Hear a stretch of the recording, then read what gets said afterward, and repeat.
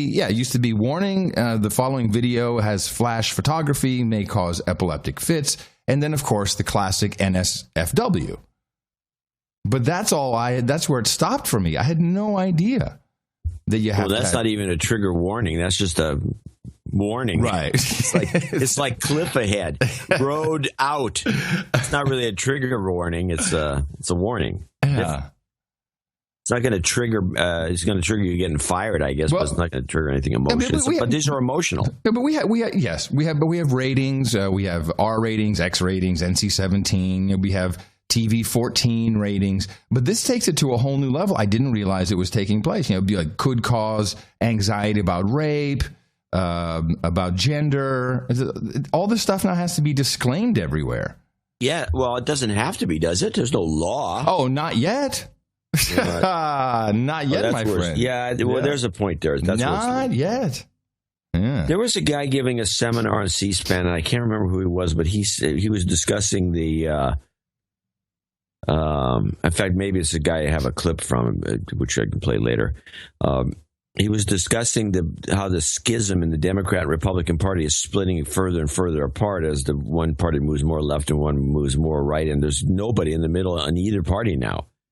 And he said that, and there's a basic tenet that is the difference between what one party wants and what the other one wants, and what these things represent. And this was I'll just tell you the two things on each side. The Republicans, as today's conservative Republican, their two main causes are freedom and liberty, right? Which is reasonable, but the Democrats don't care about either one of those. Their two are justice and equality. And this trigger warning thing is on that side of the ledger, as far as I can tell, because it's definitely not freedom and liberty. Freedom and liberty, you can just do whatever. You should be able to not have to do that. So there's this article I found from a university professor who says, now, if you're a content provider or distributor, your courtesy of providing trigger warnings need not be limited to vague rating systems. If the title or description of the work does not already heavily imply troubling content, nor is backed up by a rating system or an age gate, then make a short explicit warning beforehand. If the content is online, use content warnings liberally. The internet is a place where anyone in the world can stumble upon the work you published without even looking for it, and could not possibly be prepared for your material if you did not give a reasonable warning. And this relates to mental stress disorders. Well, I think we need a trigger warning. The word for this is coddling. I think we need a trigger warning on this show. Yeah, we do. But a really good one. Yeah, we have to. Maybe one of our producers can dream something up that is in line with the way they're presented and frightening. Yeah. I think, and based on our other theories, if we make the trigger warnings really frightening, we'll get bigger audience. You'll get bigger audience. Yeah, that's like the smoking may cause cancer on the packages. We know that makes people buy it more easily. They love that. People love danger. I love danger. Love the danger. I think danger's got to be incorporated in our trigger warning. Of course. And may cause anal leakage, I think would be a fun one to put on. I don't know what, but it won't. Okay. We don't want to lie. Well, there's something that I thought we needed to revisit briefly, since it's back in the news, and we've pretty much deconstructed exactly what is going on. The president came out yesterday and said no support for the Keystone XL pipeline. Now, a lot of people somehow have bought into the idea that this is related to dirty oil and climate change, and we're all going to die from this pipeline. But it might be interesting to point out that since 2010, in the United States, we've laid down about 10 Keystone pipelines in pipeline length. I think there's over 2 million miles of pipeline, gas and oil pipeline in the United States, which no one has ever complained about. So before I play this little clip, which I think the president was truthful, surprise, we need to revisit exactly why the Keystone XL pipeline cannot come into play under a Democratic White House, which is where you say, "Oh, really? Yeah, you're the one that came up with it, and I love it." I did? Yeah. I don't remember. Warren Buffett. Oh, right. Yeah, the trains. Trains good, planes bad. Let's keep that oil on the rails. That's right. By the way, Bill Gates benefits too. Bill Gates also, the Gates Foundation invests in it, don't they? He's got the Canadian. He's got the Canadian side, right? So he's got the Canadian side. So it's Burlington Northern, and if you look at these trains that are coming from the Scandinavia, they are filled with oil. We know that farmers can barely ship their grain out because there's just no spot. It's all oil, oil, oil. So Warren Buffett, right? The oil refiners call them pipelines on wheels, I think. Yeah. And so we have two huge Democratic Party supporters, Warren Buffett. Although I put question marks next to him, but okay, let's just say that he's a Democrat, and Bill Gates. Yeah. And so here's the president telling the truth about shutting this thing down. Several years ago, the State Department began a review process for the proposed construction of a pipeline that would carry Canadian crude oil through our heartland to ports in the Gulf of Mexico and out into the world market. This morning, Secretary Kerry informed me that after... I like that it's Secretary Kerry's problem now. It's now not the president. Now it's the State Department. Extensive public outreach and consultation with other cabinet agencies, the State Department has decided that the Keystone XL pipeline would not serve the national interests of the United States. I agree. He's not lying.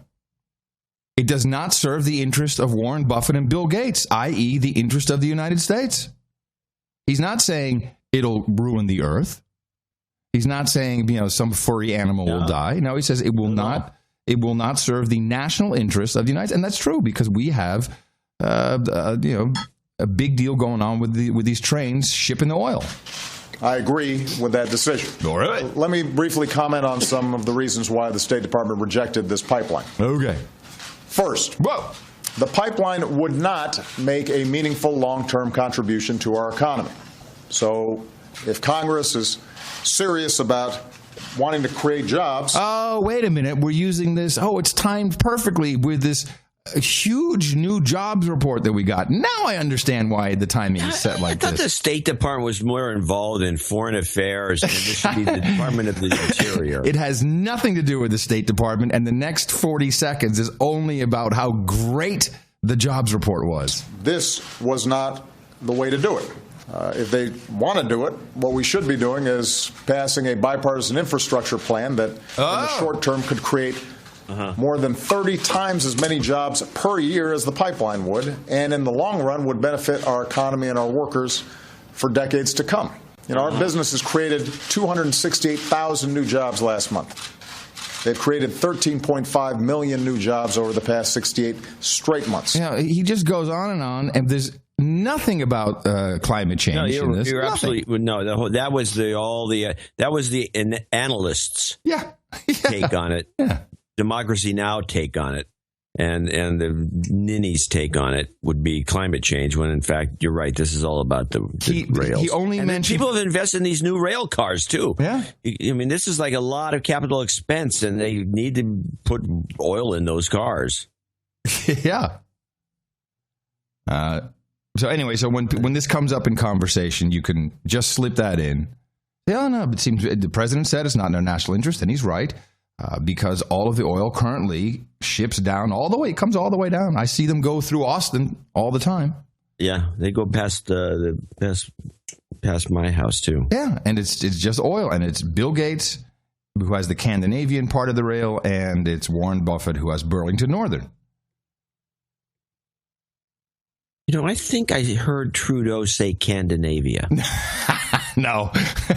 Yes. No. I'm not joking.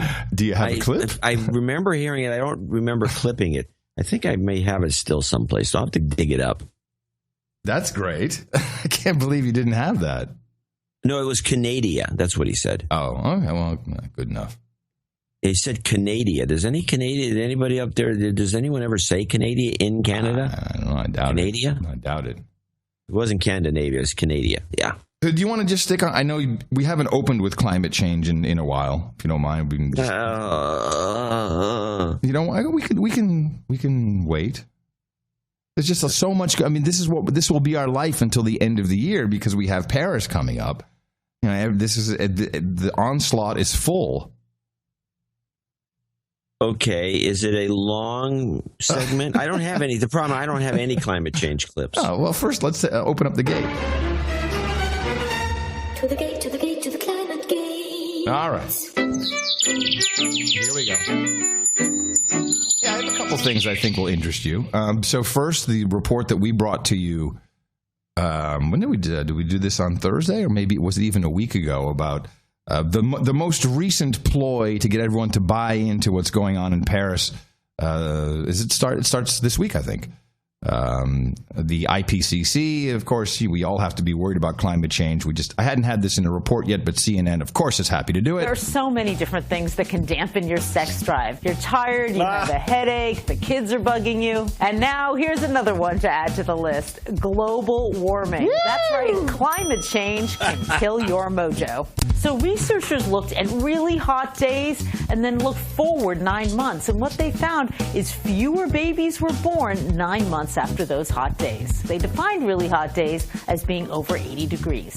Those hot days made couples feel, well, maybe not so hot.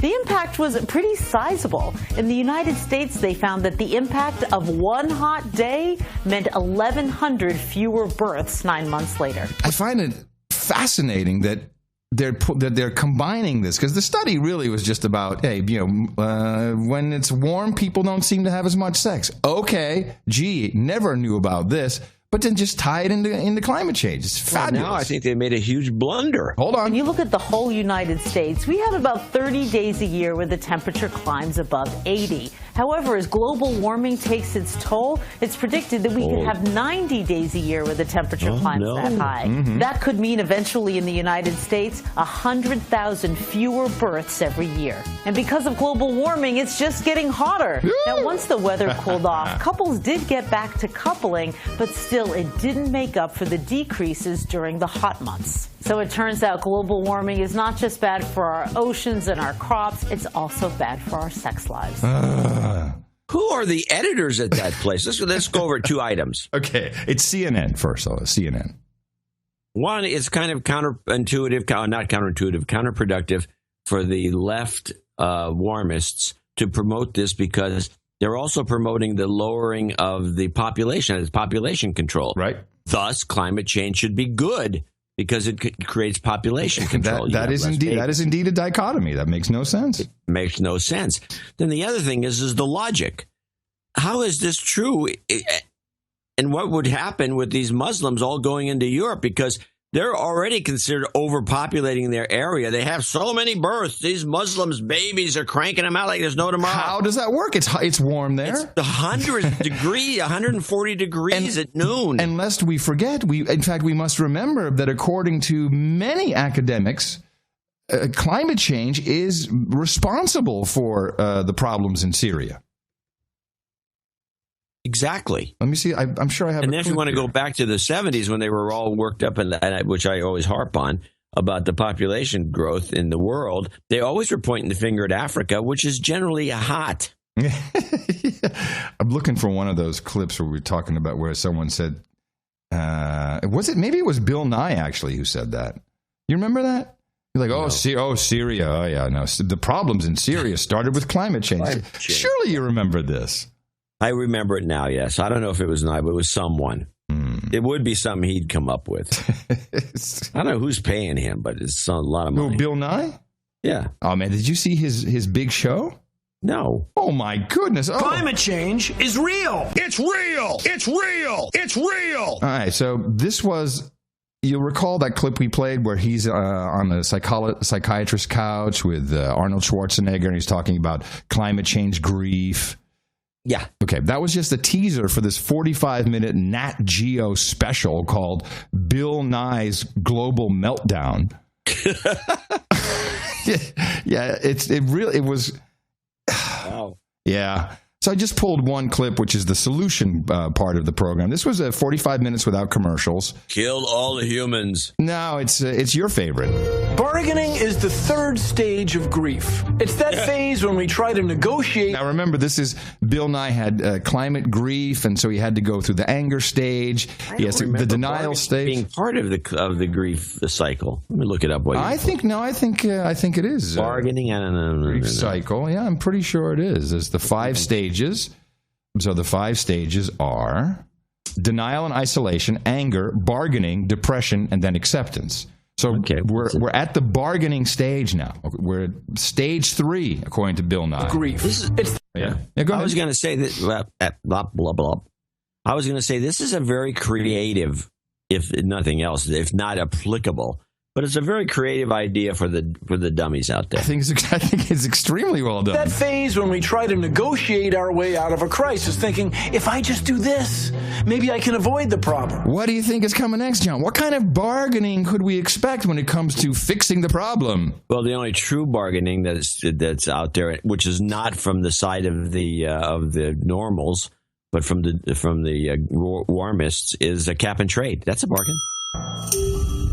There's a lot of bargaining going on right now in big business over carbon emissions.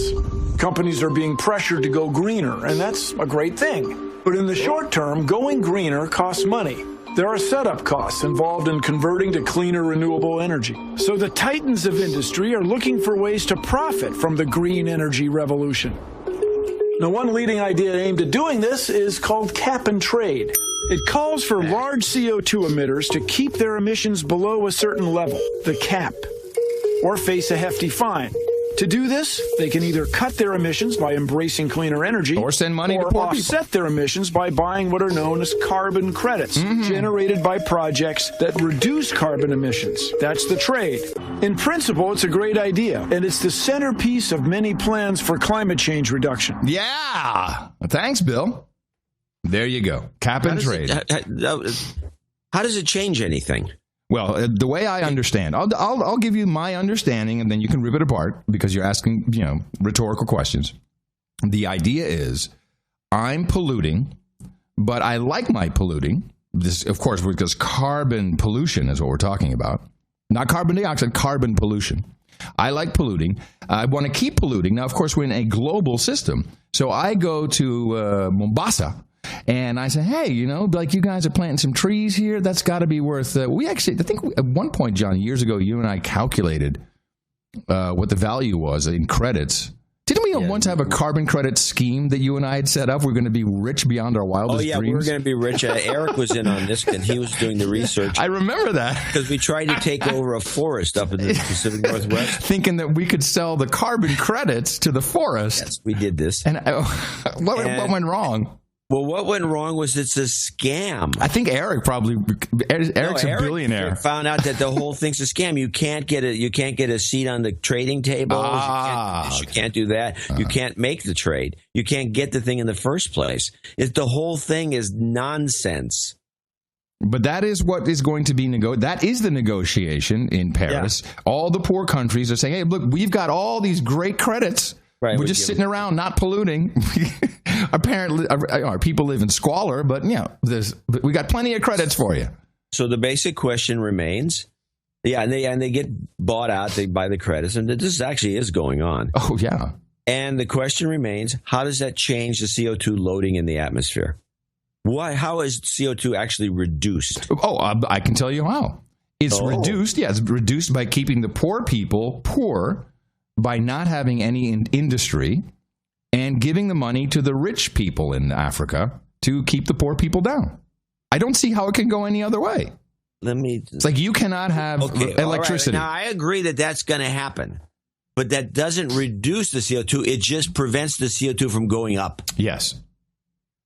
Which seems like a but that is, I don't have a clip per se, but that does seem to be the general direction of what I'm hearing. I'm hearing, well, look, we're at 2 degrees warming now. We can't even stop that. We're way beyond the 350 parts per million of 350.org. We haven't died yet, strangely, but I have not been engulfed by an ocean yet. But But if we do something now, right now, I don't know, what could we, maybe in Paris would be an interesting place to do something right now. Then we can still, go to the hair, go see Pierre, get my hair done.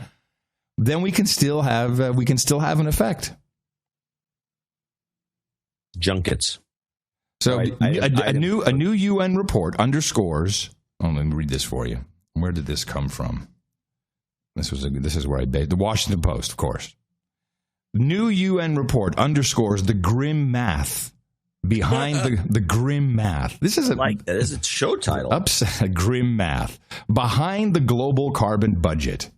With less than a month to go until the all-important UN climate change conference in Paris, yet another key report has reinforced how off-target the world is from the goal of limiting warming to 2 degrees Celsius above pre-industrial levels. And it finds that 1.5 degrees Celsius, a target embraced by many developing nations, would require even earlier and much stronger action. They're calling it the emissions gap. So we need more action, stronger, faster, quicker than ever before.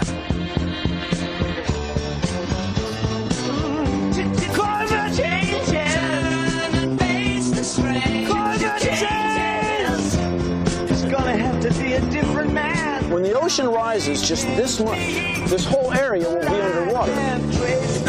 We're all going to die. You got to get your heads around. And then finally, CBS Evening News had an interesting report. Well, this was also the day that government scientists said 14 of the last extreme weather events were made worse by climate change. I love this. How the hell are you going to prove this one? Caused by pollution.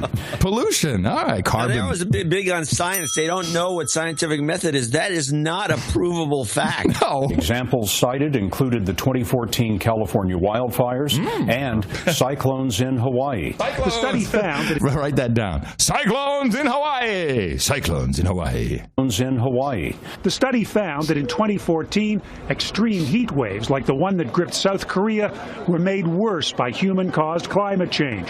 Things such as car emissions, burning coal and methane gas. The report studied 28 extreme weather events around the world last year. 14 of those, including devastating floods in Australia and New Zealand, were found to be made worse, in part, by climate change. Devastating. But the impact of human activity can be complex, the report says. This is the fourth year scientists have studied whether human activity is at least partially to blame for extreme weather things such as droughts and wildfires. And over those years, Scott, more than half of the extreme weather events they've studied have been linked to human-caused climate change. So what I've been doing now that... Wow. Yeah, well, check this out. So what I've been doing since I've expanded my drive, and we don't talk about that in tech news, I got some thoughts. So I have the archive, the searchable archive of our clips has become a little more searchable. And I'm just going to go back and maybe every show I'll try and bring up one of these segments. This one, I didn't have to go back that far. This is 2014. This is Joy Reid from MSNBC when we had a very, very cold winter. You recall it was, this I think may have even been around the time when was a whole bunch of CEOs who went to Washington, D.C., and there was a blizzard, and they were there to talk about the effects of climate change. You remember that? So we have a number of these, just like when they had the thing in Holland and it was snowing on it. Yeah. There's some cosmic humor involved. I'm not sure who's so I just want to pull out these reports from time to time. So now we know that of the past 14 severe weather events, the climate change made them worse. And if bad weather is just a result of global warming and climate change, this is what we've been taught, even though in 2014... And in a 2010 survey, more than a quarter of TV meteorologists called global warming a scam. But here's the thing. Global warming is not a weather forecast. And there's a big difference between climate and weather. For the record, Webster's dictionary defines weather as the state of the air and atmosphere at a particular time and place. For example, rain, snow, cloudiness, whatever's happening outside your window right now. On the other hand, climate is defined as the average of weather conditions, including temperature, wind, and precipitation that occurs over a period of years. So let me repeat. Climate is the average course of weather over a period of years. So when we talk about global warming, we're talking about the conditions of Earth's atmosphere over a long period of time. We're not talking about the weather outside. Confused? Yeah. Well, know that there are people and interests who want you to be confused. Oh, in part like you. because of the political opposition to making the changes that would curb greenhouse gases and global warming. Think big oil, big coal, and other fossil fuel industries. A-holes. There are people who cultivate global warming denialism. Yeah, that's right. No. So I don't know. Now The funniest moment. I just don't think we're ever going to experience anything so humorous. Well, I have a lot of these.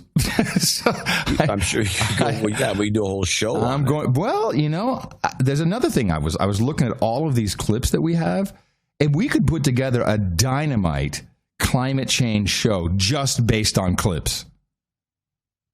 Huh. You put a I wouldn't be you put a surprised. We techno do have beat a to lot. that. Yeah, you put a techno beat to that, and you got a hit.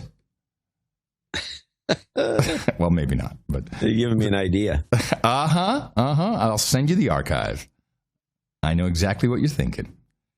Anyway, someone did send actually, this was one of the few times I found something on the No Agenda Reddit that I really enjoyed in regards to Bill Nye. You actually look at that.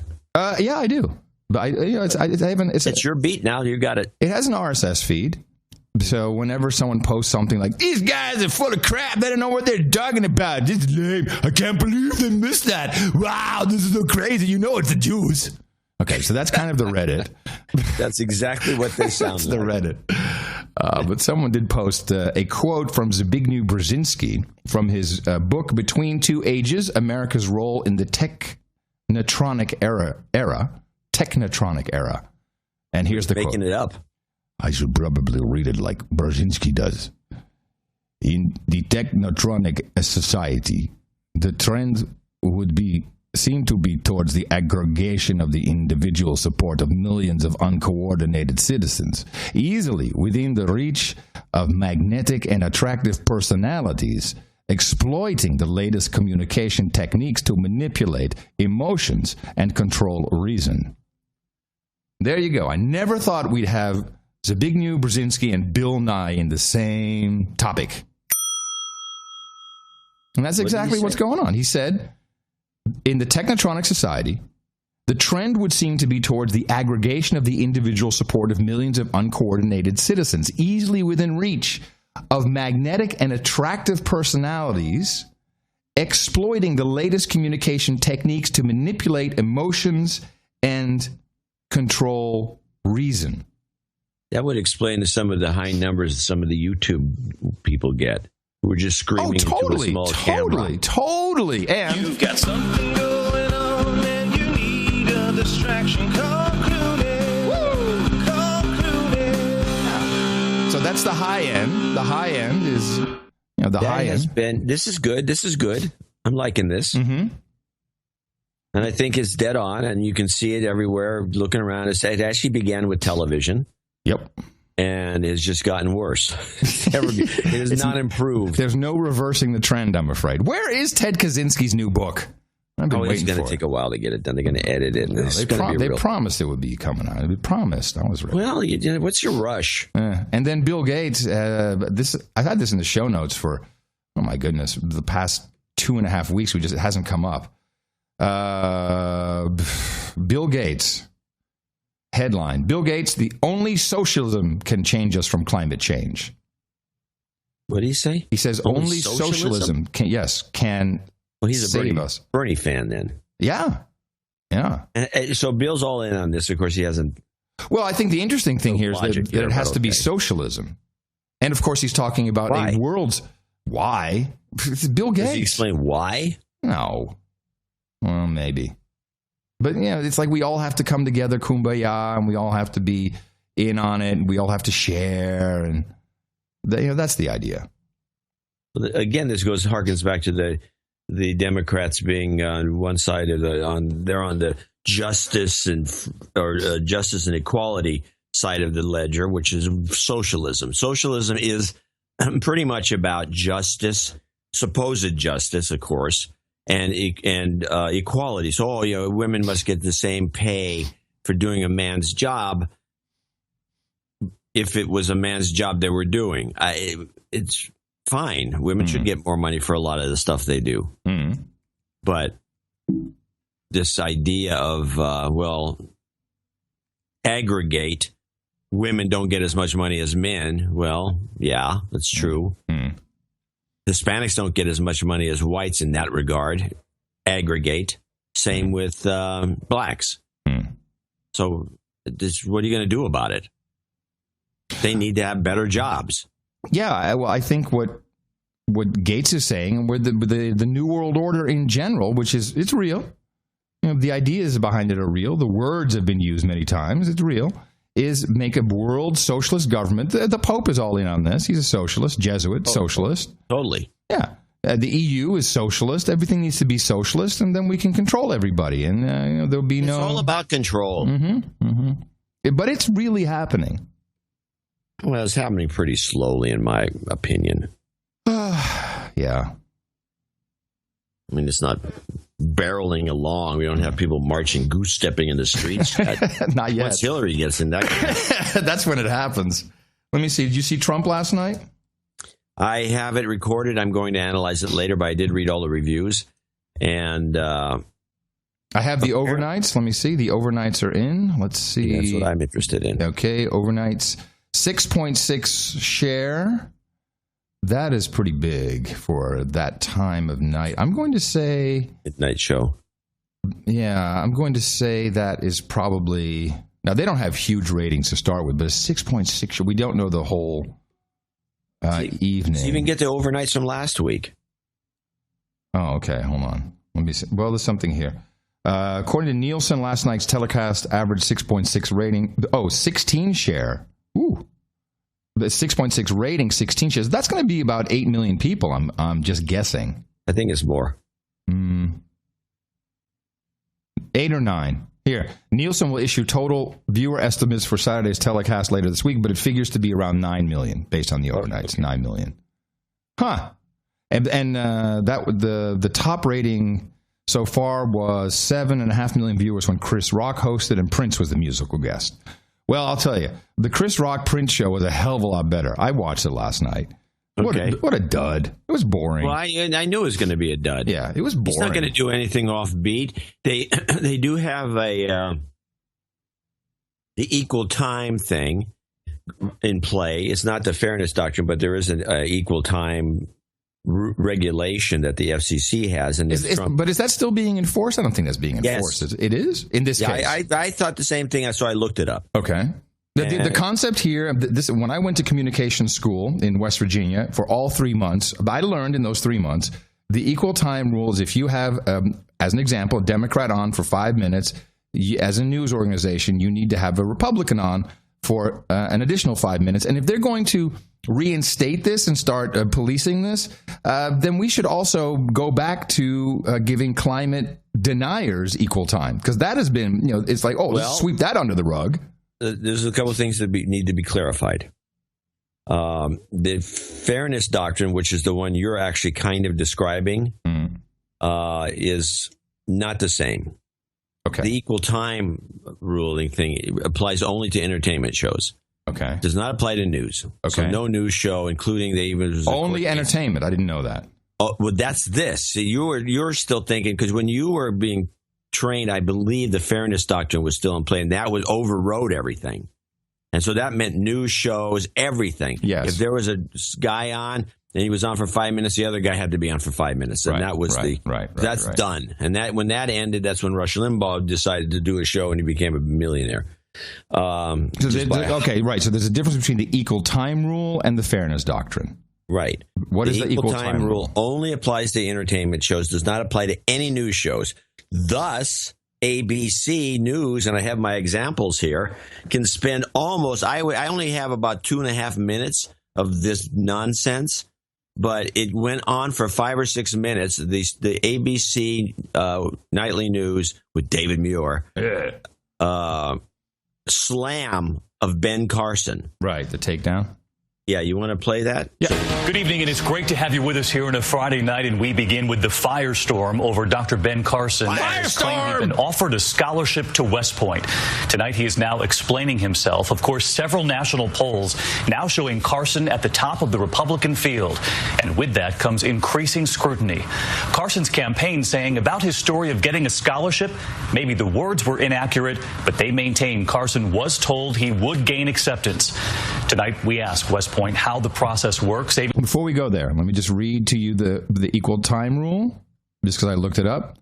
The equal time rule, it is a rule, specifies U.S. radio and television broadcast stations must provide an equivalent opportunity to any opposing political candidates who request it. That's interesting.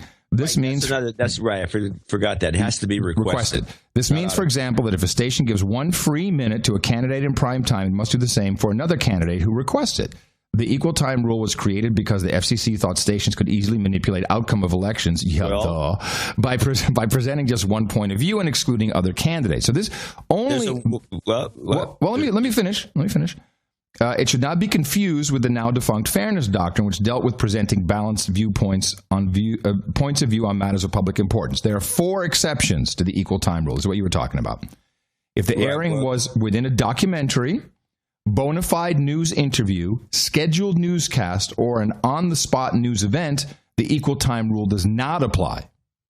So everything else it applies. There's a little thing you said earlier that I didn't notice when I was looking this up. The words prime time. Yes, in prime time. That would not apply to Saturday Night Live. It's not prime time. Wow, good one. Go away. But I would have to read the actual regulation, because that's Wikipedia. You know, who the hell knows what that means. The primetime thing is questionable. Okay, let's continue with your Ben Carson. I have some stuff on that as well. BC's Tom Yamas on Carson's explanation and on Donald Trump, who pounced on this and quickly. Tonight, Dr. Ben Carson forced to explain himself after accusations that part of his life story don't add up.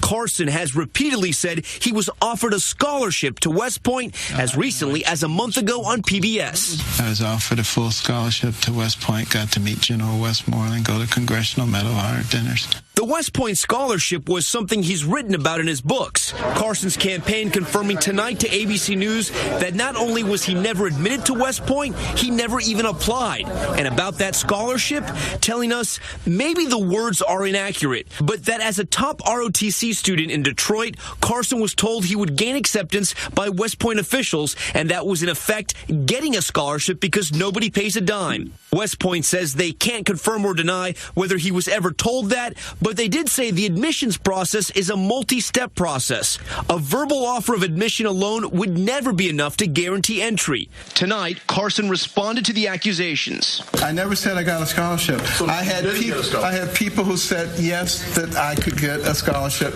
to West Point, and I told them that I wasn't interested, that I was going to pursue medicine. This latest revelation as Carson is under fire for other alleged discrepancies about his story. For example, that he was violent when he was young. And at age 14, another teenager angered me, and I had a large camping knife. And I tried to stab him in the abdomen.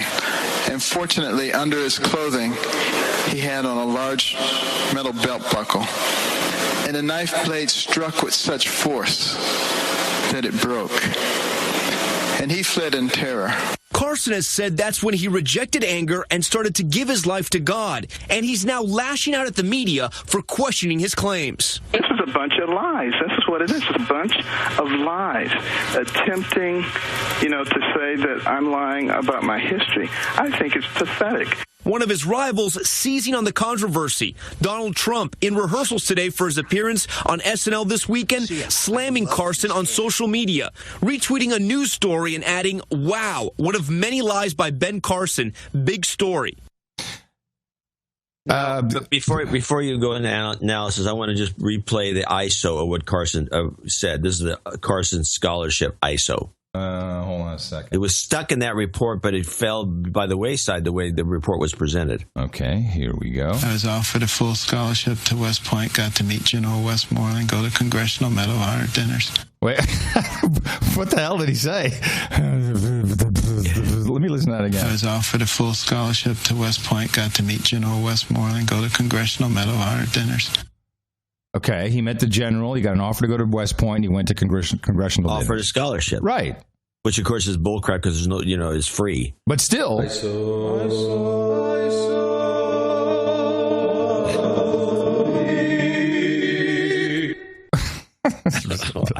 ISO of the week. ISO of the week.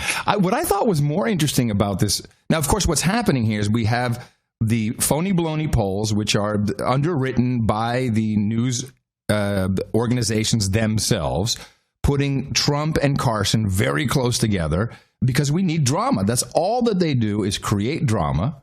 Of course. And actually this morning, in relation to this, but also the pyramid story, which I want to do in a moment.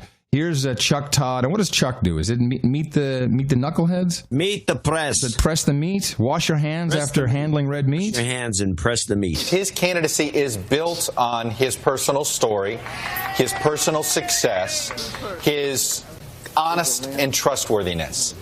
And if it starts coming apart, if the personal story isn't what he has said it is in some form or another, then it can unravel more than it would for a traditional politician. You know, Chanel, we're conditioned to assume regular politicians embellish things. Yeah. But Ben Carson was supposed to be different, and that's why I think it's more of a danger to him than it would be, frankly, to maybe anybody else in this field, simply because of how his candidacy has been built and why so many voters have been gravitating toward him. It's the honesty factor that has been his strength. Well, then let's go and ruin that. Of course. That's how you do it. I love the story about it because, it's a perfect storm they've created. So he lied. Well, I'm pretty sure that the general said, hey, I'll hook you up with a scholarship. That seems feasible. He never said he went through the process. Well, he said when West Point came back in that report. Of course, don't forget that report was designed to slam him because ABC is still promoting Jeff Bush. I have a clip to prove it. Wait, before but I don't want to. Right, hold on to that. Hold on. Yeah, but they're out to try to get these other guys out of the way. They've tried a couple of shots at Trump. They're not good at it, but they nailed this guy. And that piece where it stopped. It went on for another 2.5 minutes. Oh, yeah, I've seen it. Yeah. Most of the news show. Well, this is what they do. We need controversy. We have controversy. But my favorite is calling the guy out as a religious kook. I love that. That's my favorite thing to do. It's like, whatever you do, we all have to be fair and let everybody live the way they are. Fair, but you're a religious kook, you crazy kook. Crazy nutty job. All right, here is the commencement speech, the relevant piece, Ben Carson in 1998 about the pyramids. Oh, great. Yeah, hold on. Where are you? He presented his theory of why ancient Egyptians built the pyramids. My own personal theory. Personal theory. Joseph built the pyramids in order to store grain. Now, all the archaeologists think that they were made for the pharaoh's graves, but it would have to be something awfully big. You stop and think about it. I don't think it would just disappear over the course of time to store that much grain. And when you look at the way the pyramids are made, with many chambers that are hermetically sealed, they would have to be that way for a reason. And, various scientists have said, well, there were alien beings that came down and they had special knowledge, and that's how they were able to... It's a cool day when my theory about aliens creating the pyramids is less crazy than Ben's. This is great. It doesn't require an alien being when God is with you. There you go. Carson was speaking there at Andrews University. All right. By the way, I don't know why this alien thing keeps cropping up because they to this day, in fact, there was one special on this. To this day, they can build those pyramids with the biggest stones that they want. They have this technology of doing this. It's not a conventional type of scaffolding, but they showed some Egyptians building a small pyramid, and how it was done. It's still a known technology. Well, okay. Fine. It's not like aliens had to lift these rocks. So we're back to the science versus religion, which which isn't even brought up. I mean, the Joseph and the food is from the Genesis 41:48. Joseph collected all the food produced in those 7 years, the 7 years of famine, the 7 years of abundance in Egypt, stored it in the cities. In each city, he put the food grown in the fields surrounding it. Thus, Joseph stored up grain in great abundance, like the sand of the sea, until he stopped measuring it, for it was beyond measure. Now, this is just an opinion. No one can really prove exactly why they were built. We just don't have that. No one was there. But from a religious standpoint, the guy's entitled to that opinion. I don't mind the opinion. It's the way he presents it. You'd think. Well, he says some archaeologist would find some chunks of grain or something left over or whatever. Right. Okay, and I'm okay with that. Nobody's ever presented this theory before. That's okay. Well, no, I think this theory. I don't know if no one's presented it, but I've never heard it. Well, I went looking for the Bible relationship, and that's where I come up with Genesis. And if he says that's my personal opinion, what the pyramids were for, fine. But I don't like. It's not American to say he's a crazy religious nut job. I don't like that. Yeah, I just don't like it. Well, and the Democrats do this all the time, especially with a party that is all in for equality and equality. Yeah, we should have a trigger warning on the Bible. Caution may cause. I don't know what. Yeah, we should. May cause extreme biblical references. Avoid. May cause extreme Obama botness. Oh man. So someone came up with Hillaryite. Yeah, I kind of like that one. I thought that was reasonable. Yeah. All right, so Ben Carson's, it's just his turn. They'll find something else on Trump. No, he's done. He is the... No. I don't think he's done yet. He's the Herman Cain of this round. It's also racist. They're trying to get racist. Trying to get the black Republicans out. It's totally racist. Oh, man. What a country. A whole nother year of this? Really? Yeah, well, it's a good thing for the No Agenda show. I don't know what people would do without us. I did find a piece on Michelle Bachmann, who was on the radio recently. No, but I'm always trying to figure out why. You're a big fan of hers. Yeah, I am. Yeah, I've always thought she's cute. Very pretty. Yeah, she's pretty. She's kind of the super MILF thing about her, which I like. Although she does a lot of work to cover up her neck with the high collars and everything, which is a trick. She's old. Yeah, well, I don't want to be ageist, but yeah, you get wrinkled and it's not nice. Women don't like that. But I think she does it well. I don't know about her husband. He seems like a kook. But I've always wondered, why did these Christian Republicans, why are they always out to save Israel? And she, in a minute of radio time, she really helped me understand. This week really was about biblical prophecy in many ways. And we're seeing that as events are speeding up, it seems like events are speeding up so quickly right now. And we see how relevant the Bible is. And we're reading our newspaper at the same time. We're learning about these biblical events. And it's literally day by day by day, we're seeing the fulfillment of Scripture right in front of our eyes, even while we're on the ground. The takeaway is that the Jewish state of Israel truly is a miracle of the hand of God. This is a fulfillment of God's word. There we go. The prophets long to see the days that you and I live in. We've been able to walk not just and observe 2,000 years ago with Jesus and 4,000 years ago from the time of Abram. We literally are trotting on the soil that the prophets spoke of into the future thousands of years ago. We recognize the shortness of the hour, and that's why we as a remnant want to be faithful in these days and do what it is that the Holy Spirit is speaking to each one of us to be faithful in the kingdom and to help bring in as many as we can, even among the Jews, share Jesus Christ with everyone that we possibly can, because again, He's coming soon. We're all gonna die! Global warming.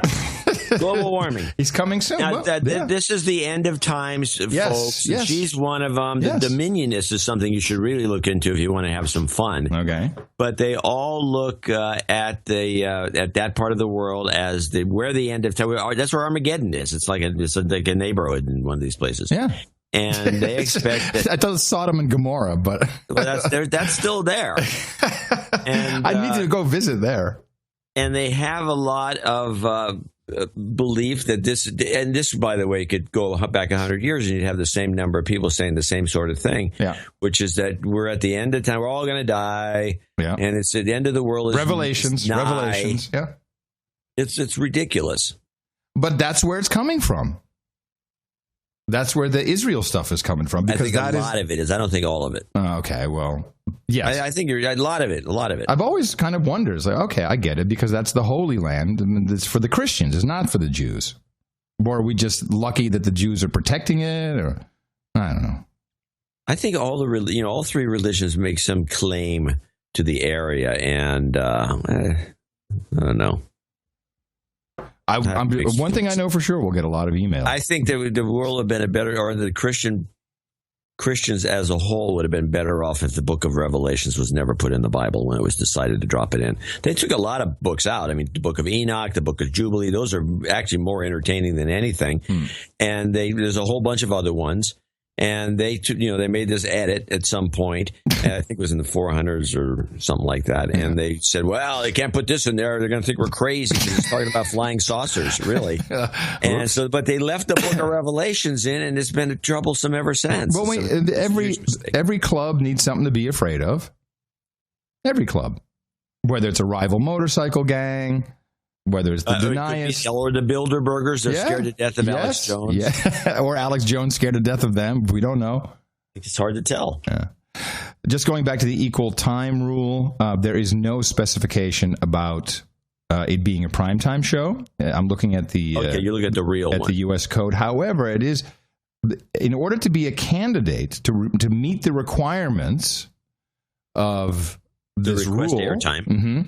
In the case of a television broadcast, at the end of such broadcast, there has to appear simultaneously for a period of no less than 4 seconds a clearly identifiable photographic or similar image of the candidate and a clearly readable printed statement identifying the candidate and stating that the candidate has approved the broadcast and that the candidate's authorized committee paid for the broadcast. Well, that's for paid stuff. No, that is the eligibility of a so in other words, if here you go. If I just say, hey, I'm a candidate, it's okay. But if I haven't bought airtime, then I have no standing. You have to spend the money. Yeah, that's the way I read it. This is like when you get a fictitious business license in most of the country, or fictitious business name to do business. Like if you're going to be the Adam Curry Consulting. Mm-hmm. Your name's Adam Curry. You should be able to just set that up. No. You have to file a document with your local government that says you, Adam Curry, are Adam Curry Consulting. And then you have to post that in one of the local newspapers, which is just a complete scam as far as I'm concerned. I'm reading this and I'm almost – you can read this in a way that almost says it only applies for – political advertising. Like you can't refuse an ad. That's almost what I think this is saying.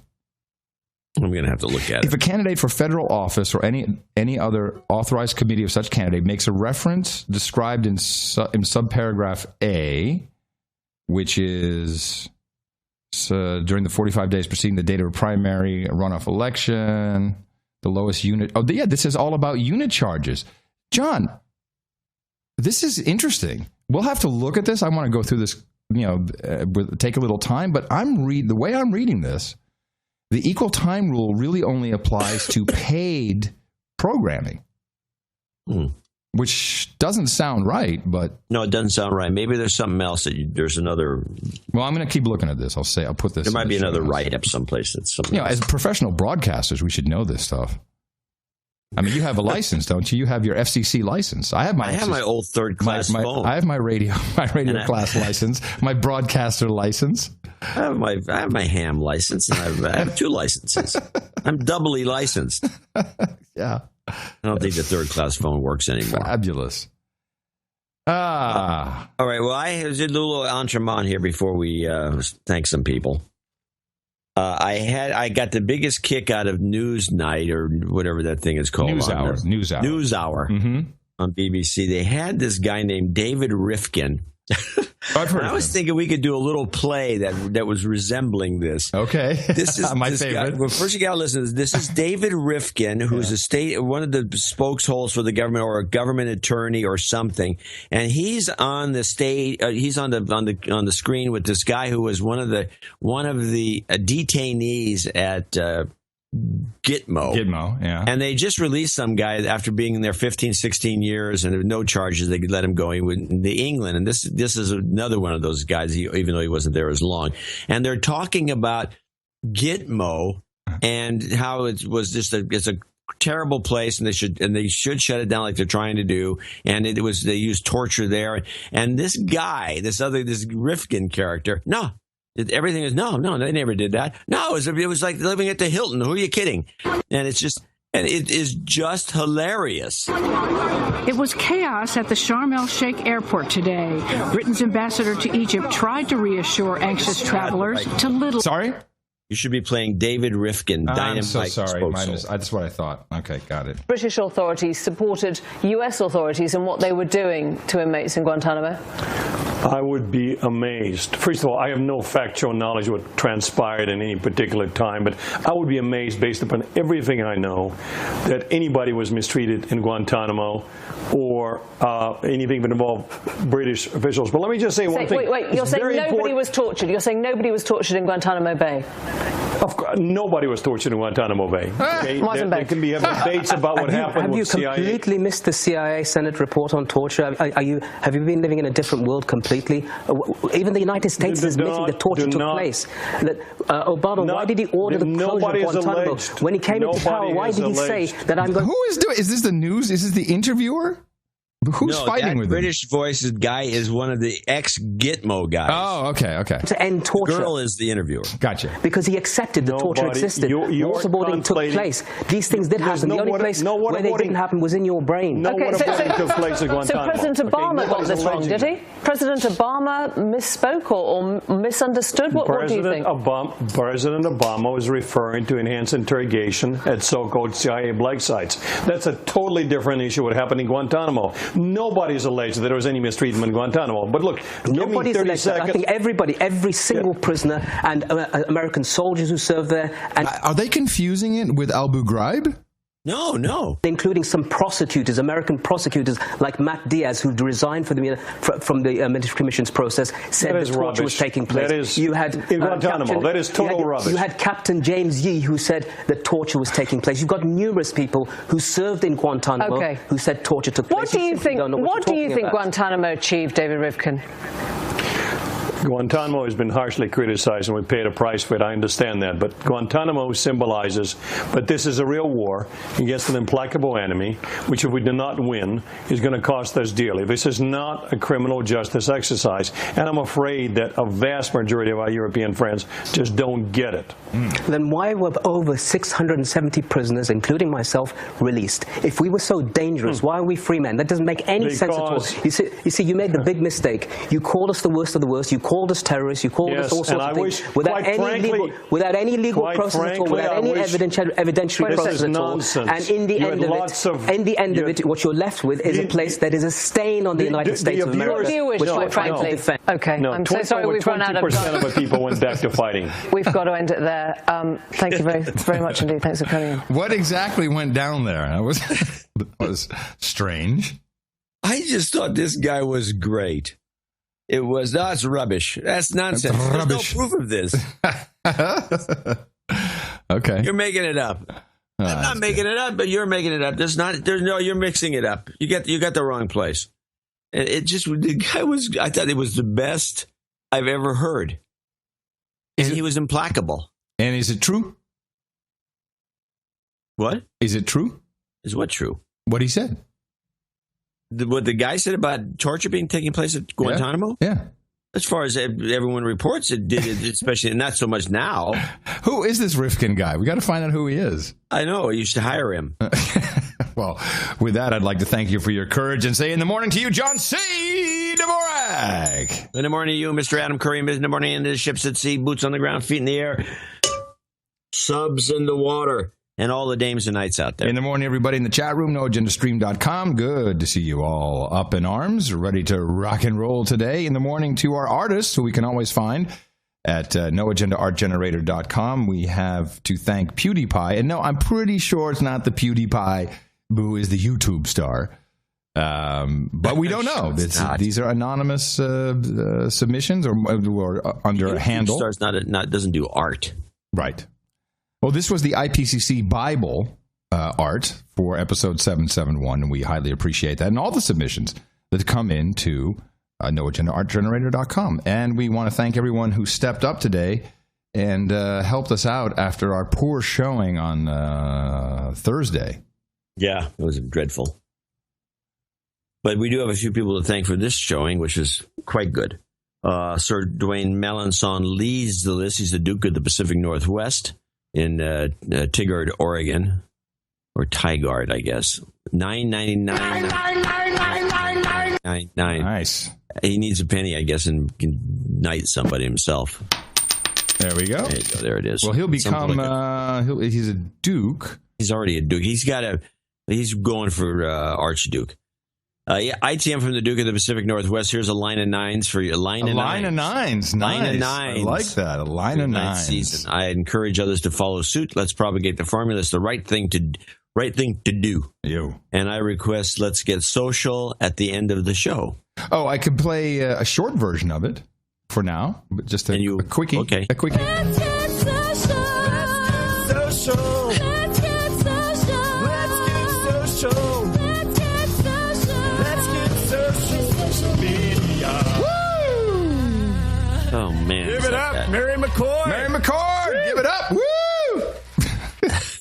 I'll play it again at the end. Give Sir Dwayne it's his karma. You bet. You've got karma. Okay, so we have a $777 donation from Jarfala, Sweden. Oh. Jarfala. Side note, he says, I hope I paid enough to have the entire note read. This is important for listeners to be aware of. We read all the notes over $200. Yeah, we read all the notes to ourselves, but for time, anything over 200. Yeah, we read all the notes, but for time on the show, we only read the $200 notes because otherwise we'd be here all day. And generally, they're not all of them are as long as this note. But this note is actually worth reading because it's kind of interesting. I liked it, yeah. It's about the migration thing. So this is actually a boots-on-the-ground report. Let me inform you about the migration situation in Sweden. Sweden is ruled by a kind of minority coalition headed by the Social Democrats and the Environmental Party, which gets 31% response, 6.9% of votes in the 2014 election. They essentially have support from all other represented parties except the right-wing Sweden Democrat Party for the single purpose of to avoid having to cooperate with the right-wingers, which now have the 20 to 25%. Because they're crazy racists. Crazy racists. Racists. Crazy. This lays the foundation, so to speak. Swedish media is controlled to 80% by the Environmental Party. Yeah. This applies to both the press and the state television. Polarization through the limiting the inflow of migrants. Polarization through the media. Conversation has almost made it a criminal offense to even discuss. It's almost a criminal offense to discuss limiting the inflow of immigrants. Shut up, slave. Refugees. Our borders are completely open. At the moment, the Environmental Party, which now has support of far less than 4% of the voters, is holding the country hostage. The rolling 7-day weekly coverage of inflowing refugees. Average of inflowing. The 7-day weekly average of inflowing refugees is roughly 9,000 and increasing registered persons. Official estimations of unregistered persons is equally large. Oh, man. So this is registered and unregistered coming in. They do not want to impose any limitations on this inflow. Official reference for the numbers, and he's got some links, which we'll put in the show notes, I would hope. This looks like pretty good stuff. Sweden has a population of 10 million. USA has 318 million. How would you in the U.S. handle 280 to 570,000 immigrants weekly? Put them into Texas. Bring Wyoming.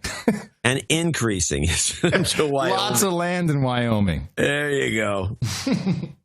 The Environmental Party suggests that migrants simply move into your home and you get $200 a month in compensation. It's like an Airbnb.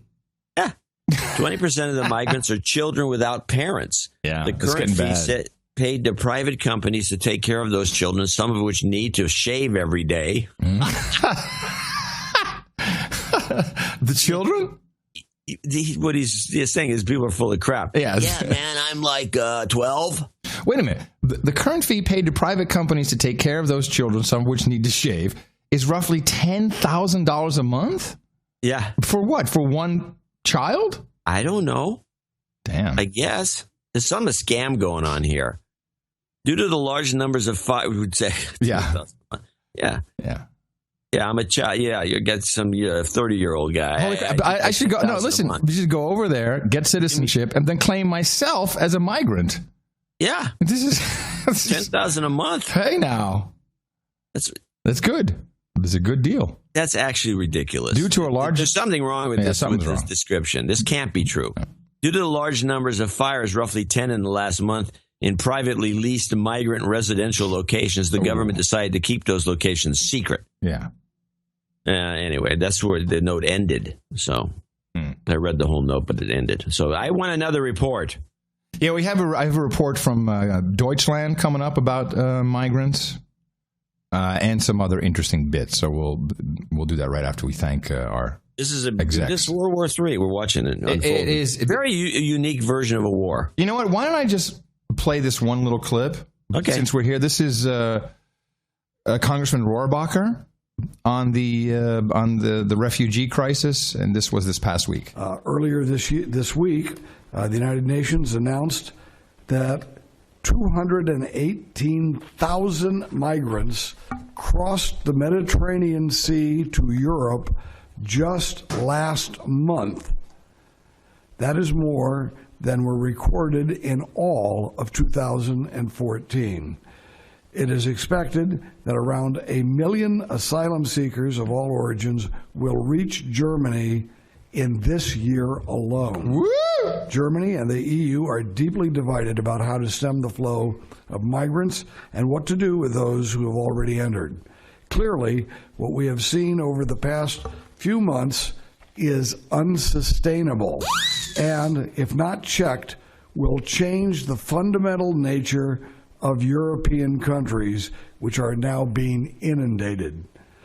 What we are witnessing is the destruction of Western civilization, not by an armed invasion, but instead through envelopment. The effects of this will not soon disappear, but instead could well turn out to be an historic change in the nature of many European countries. Yeah, and I looked up envelopment. I thought it was a cool word. It is a military term.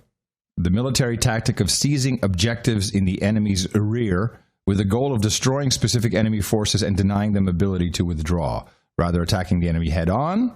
And envelopment seeks to exploit the enemy's flanks, attacking them from multiple directions and avoiding where their defenses are strongest. Dynamite. I think he's right. I'm no fan of Rohrabacher, but I'm not a fan of him either, but he's nailed it. Spot on. Yeah. All right, here we go. Back to work. Yes. Simon Woodhead in somewhere. I can't pronounce. This has got to be in Wales somewhere. Let me see. Because it's Portheryd Land with a bunch of consonants all strung together. Portheryd. That looks like Wales to me. Well, it's in Londra. Is that Wales?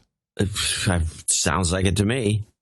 But you know what my flight instructor told me in the UK? What? It says, it's West Wales, Rwanda. So if you have engine failure with your aircraft, you do anything you can, even if you're on fire, you do not land in Wales. What do they do to you? I don't know. Hopefully Simon can enlighten us. There's some bigotry going on against the Welsh.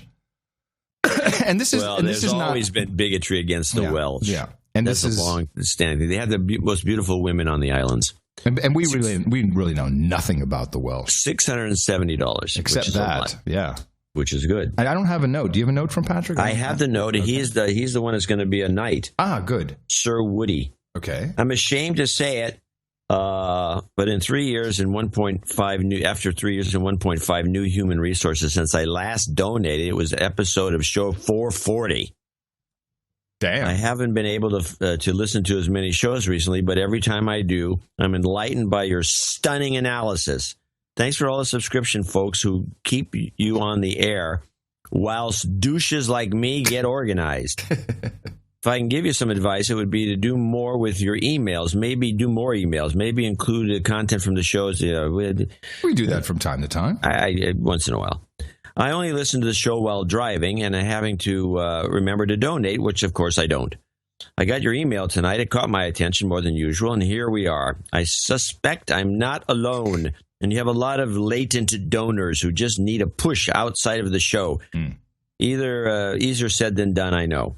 I wanted particularly to thank you for the UK focus in the last show. I also loved your joining of the early dots over the Egyptian plane crash. We have a little more on that today. Mm-hmm. I had noticed it was an Airbus and how a few days later China announced a huge order for them.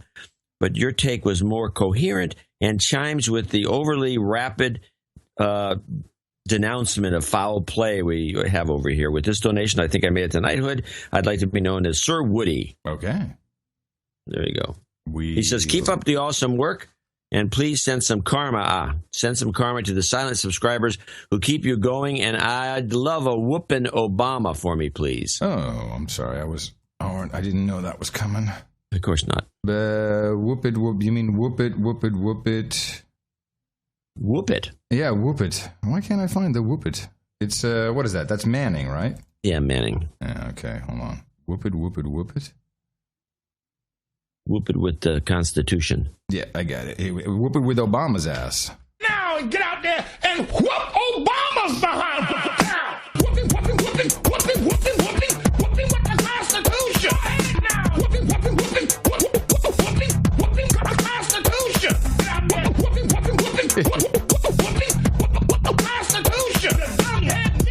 Whooping, whooping, whooping all of them behind the Constitution. Whooping.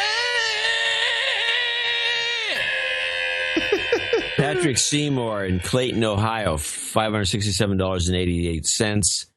89 cents. He says he has nothing clever to say. Send the jingle request to Adam since PayPal likes to cut people off. He said he sent you. Yeah, I got it. I like Charlie Rose, Sexuality DNA, JCD, How to Put Out Fires, and George Stephanopoulos, Wash Your Hands, Handling Raw Meat. All lewd. Yeah. I don't know where that one. I know what he's talking about with the fire. I can't find that one, so we'll do these. Tell me about this sexuality. It's in your DNA. And wash your hands after touching any raw meat. And a karma for you. You've got karma. Thank you. Now we have a strange encoded message from Sir David Julian in Morgan Hill, California. Oh yes. That's where all the rich guys are. $500. Blue Puck Fire Hydrant Turbine 3 NSDQ. Note for the show. No donation note to be read. And that was it. He says it repeats himself. Blue Puck Fire Hydrant Turbine 3 NSDQ. That is all. Keep up the great work. Kisses. Sir Julian. You've got karma. NSDQ. Night Stalkers don't quit. I know that, but it's it's the 160th Special Ops NSDQ. Oh, okay. Yeah. Well, he's doing something. I'm glad he's on our side. Sir Jim Spitzer of Jamaica Plain, Massachusetts. 34567. Yes. So may I be called Sir Jim, Earl of Suffolk County, and surrounding plantations. Count the Money was already taken masterfully by Harvey Korman in The History of the World, Part 1. A little 2-minute sorbet from Mel Brooks if you're inclined. Best wishes to you both. And he's got a clip there, I guess. Do you want me to play that? If you can. I don't know if you can. I can do that. Hold on. Let me just go to the sound and pop that. Yeah, I think I can do it. Let's see. Boom. And here we go. It's from History of the World, Part 1. Count the money.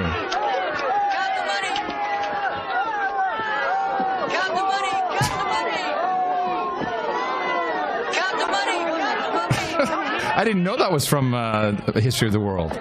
The Count of Money. Okay, I'll put it in the show notes. It's a little. It kind of misses something without the video. Kevin McLaughlin, Locust, North Carolina, 33333. Congratulations. I do want to thank Sir Jim.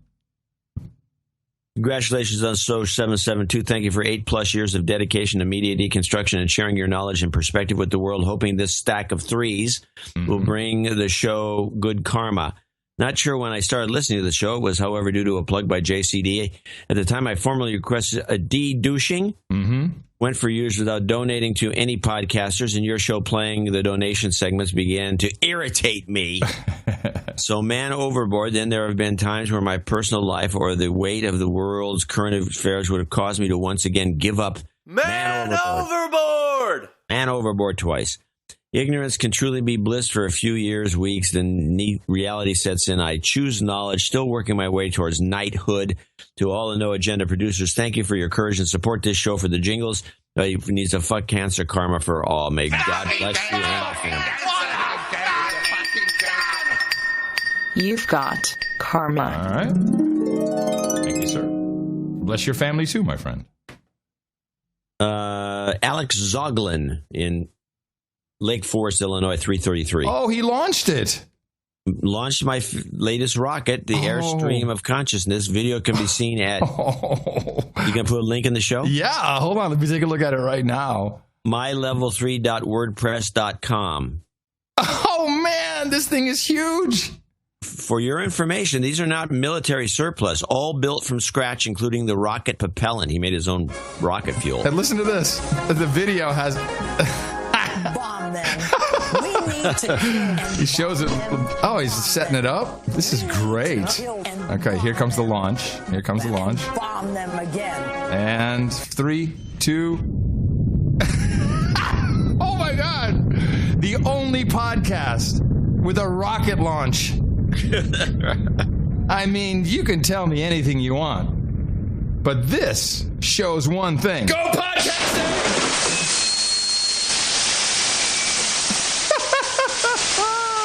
All right, you got to see that. That's great. mylevel3, numeral3.wordpress.com. Genius. Thank you so much. He does his own. I was funny thing. I was looking up rocket propellant recently to see what some of the new ones they were dreaming up. They got for these new rockets because they're scrambling in the United States to develop some rocket engines because of the Russians, not being able to sell that. Yeah, we don't have our engines, right? Yeah, that's we use Russian material because it's the best engine you can buy, apparently. Yeah. IntelliArmor LLC in Bend, Oregon, 333. Thank you both for your bravery and outstanding product. Your pals at IntelliArmor.com.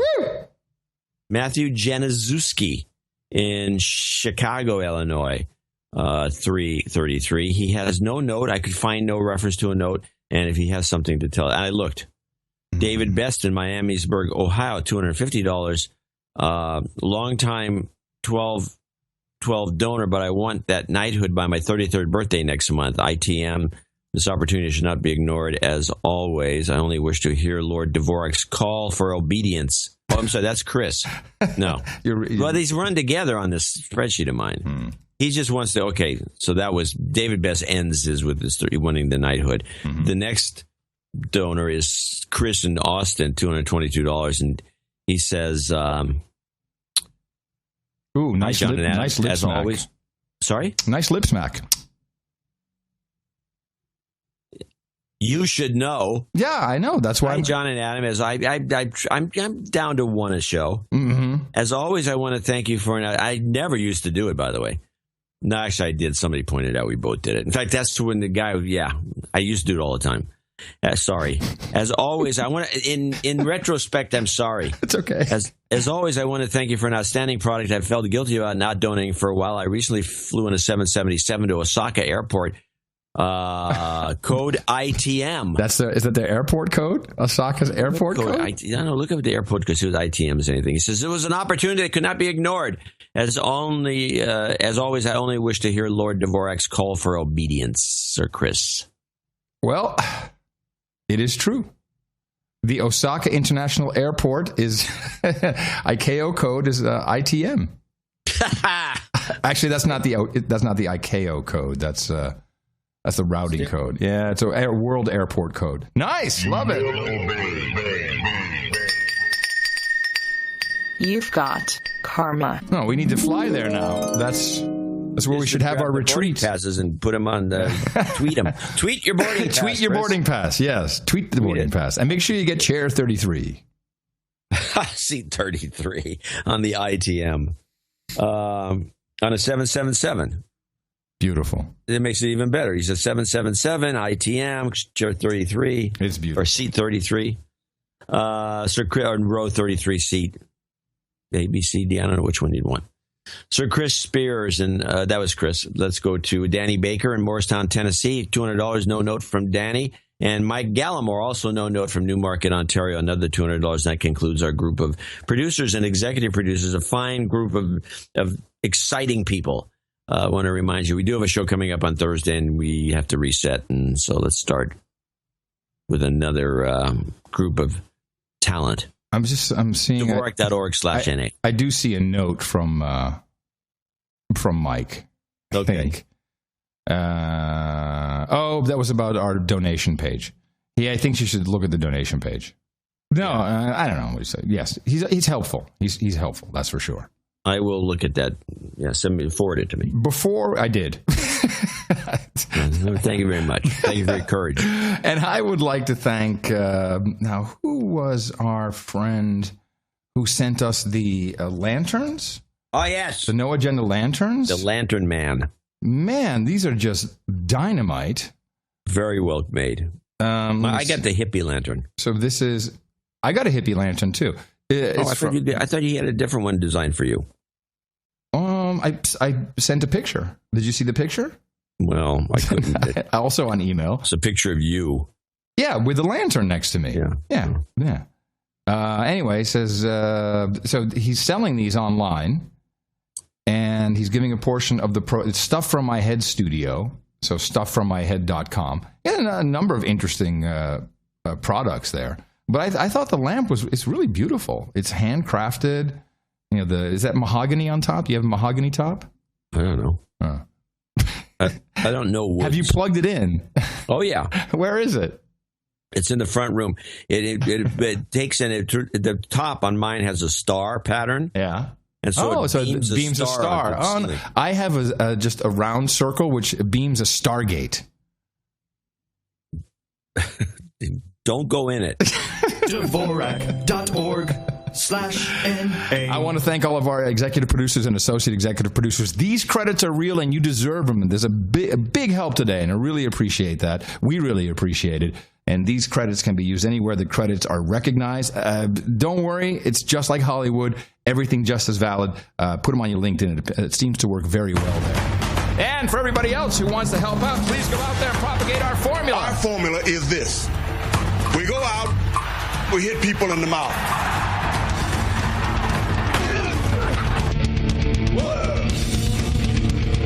Amen. Fist bump. Shut up, Slade. Shut up, Slade.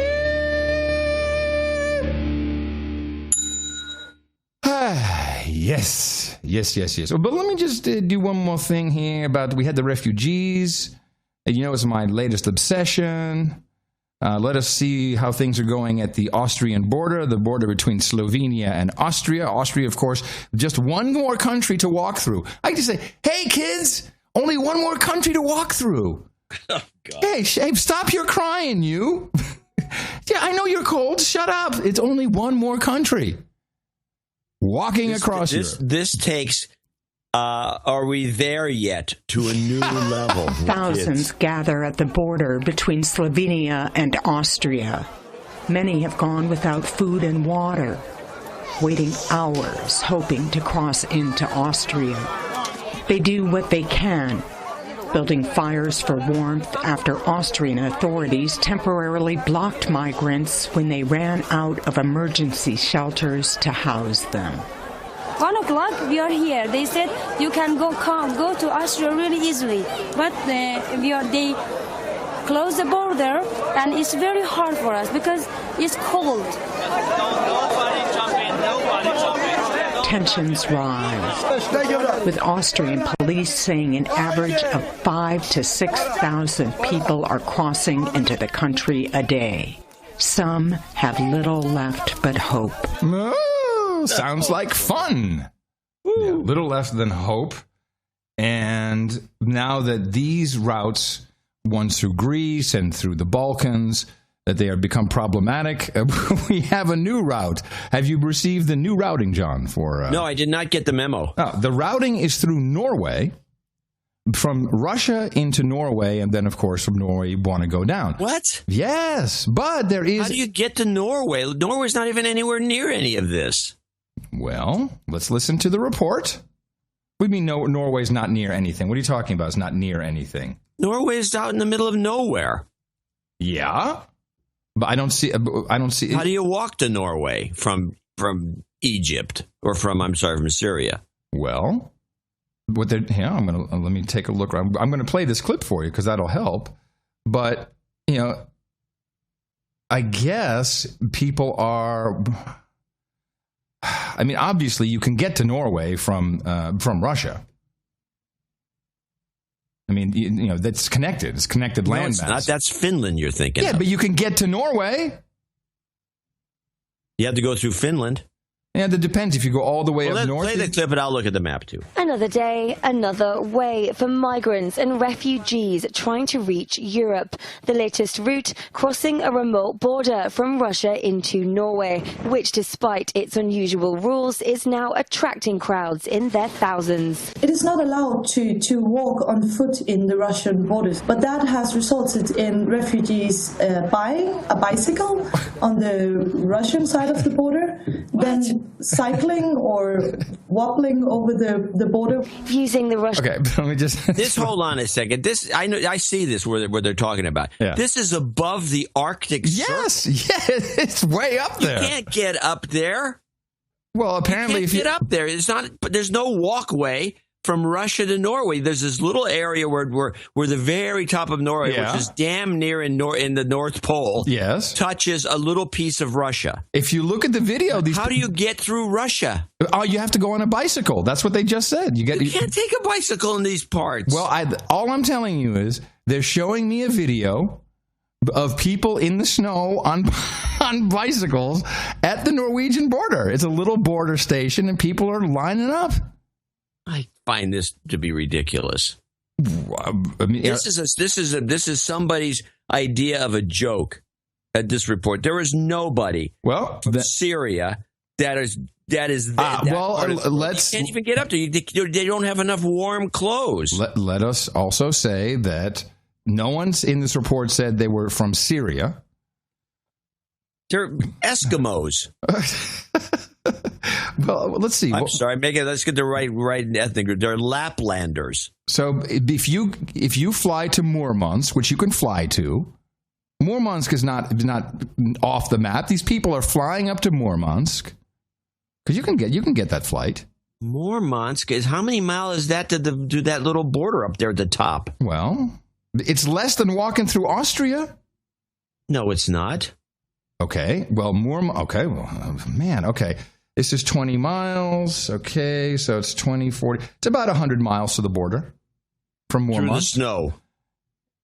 on a bicycle. The German army couldn't do this.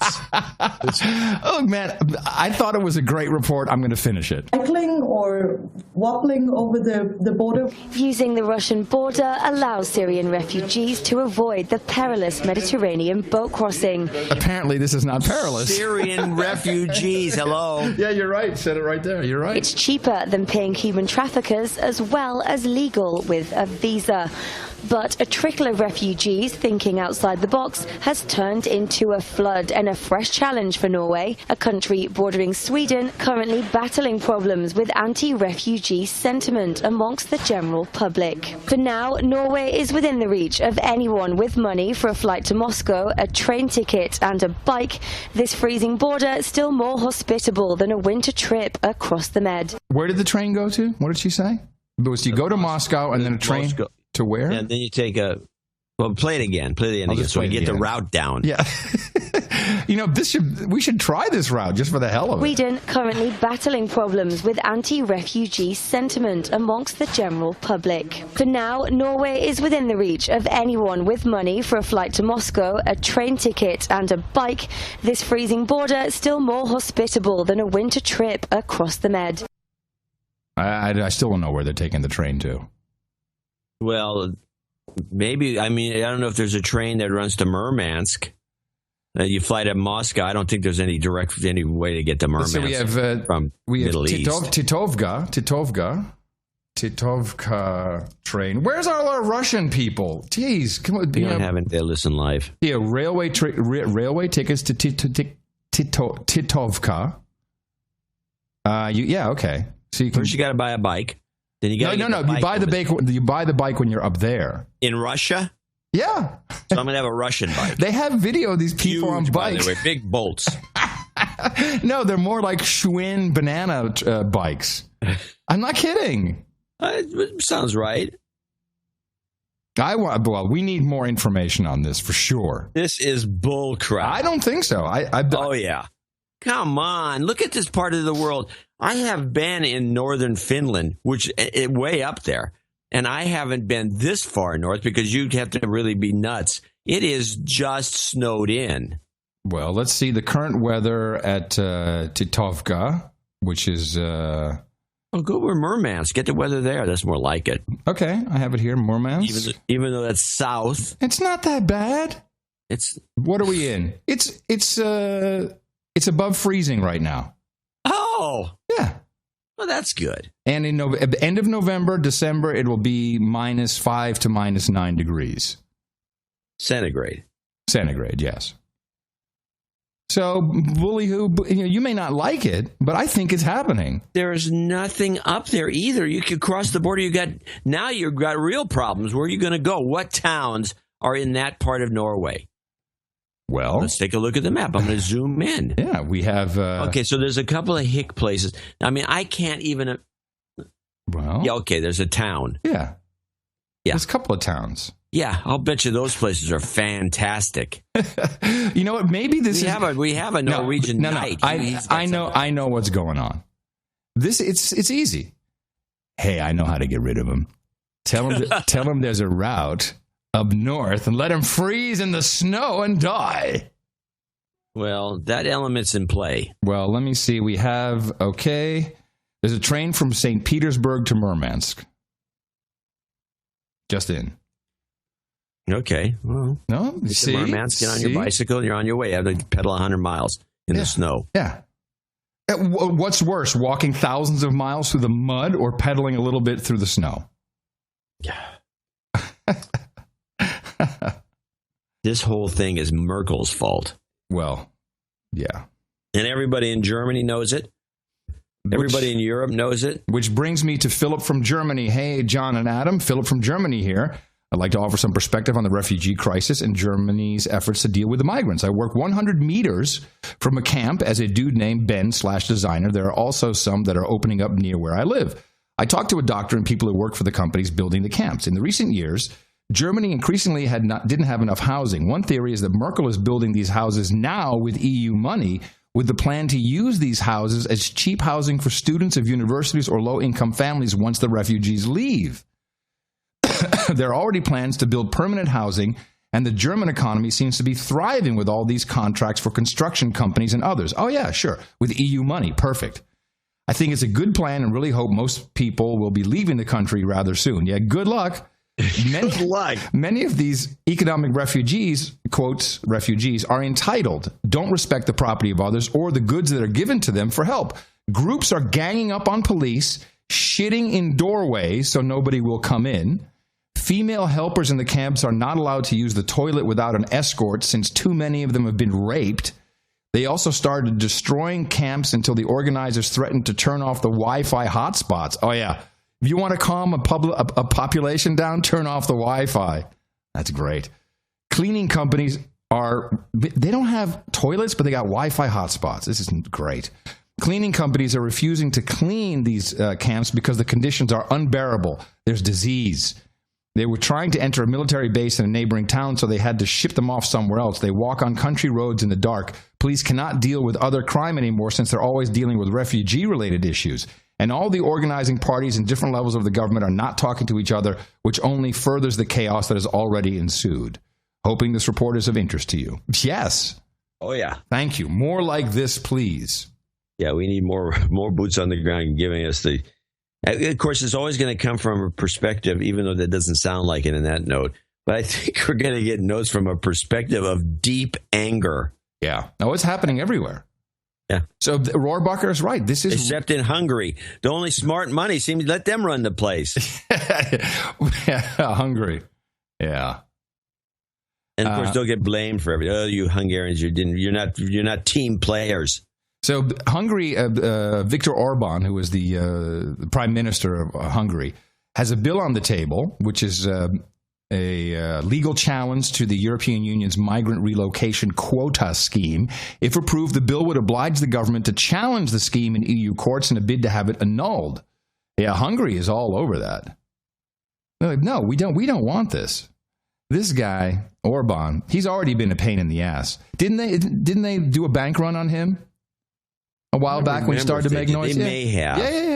Yeah, well, he's definitely not a team. He's not a team player.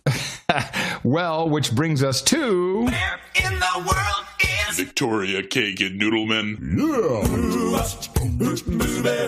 Woo, everybody!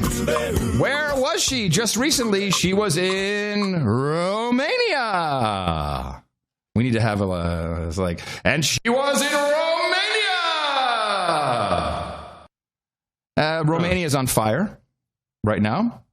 Looks like we got it. Yeah. Why did they let this woman show up? She promises cookies. What is it called? A roadie when the guy goes to front, when you go early, the rodeo clown?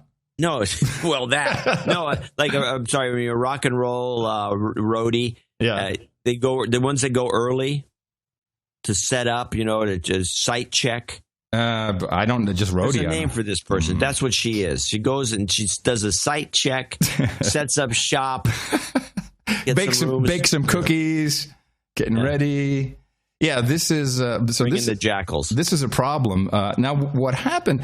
This is an interesting color revolution, which I think is taking place.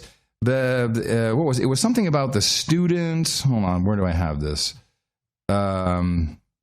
I don't know why. Say Romaine, and they're asking for the government to resign.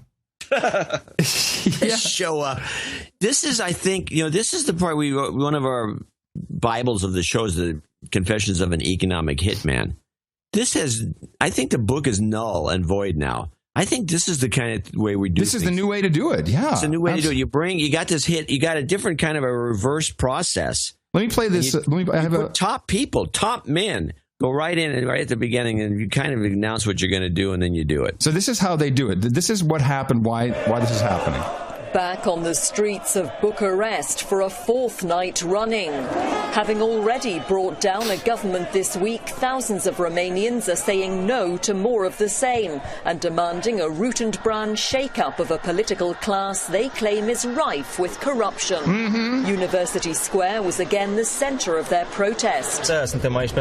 We're here to show them we don't want things to continue the same way, for some politicians to leave and then the same to come back. A lot of professional signs in this protest, John. A lot of professionally printed signs. It's always interesting to see that. We don't want the same lies. We will not be tricked by 1 or 2 resignations. The problem is that the square, the street, cannot be represented through a few people. President Iohannis and the political figures should come here and speak to the people. Romania's President Klaus Iohannis has said he'll meet protesters on the ground. He's appointed an interim prime minister to replace Victor Ponta, facing trial for corruption, who quit amid the demonstrations triggered by a deadly nightclub fire. Civil society's represented in ongoing talks, but many protesters are tired of talking and want early elections. This is fascinating. So we had this nightclub fire, and somehow that got spun into we hate the government. This is good work. This is good work. We have people, top men, that know how to do this sort of thing. Well, I'd say top women. Well, top women. Top men is what you want to say. Where in the world is Victoria Kagan Noodleman?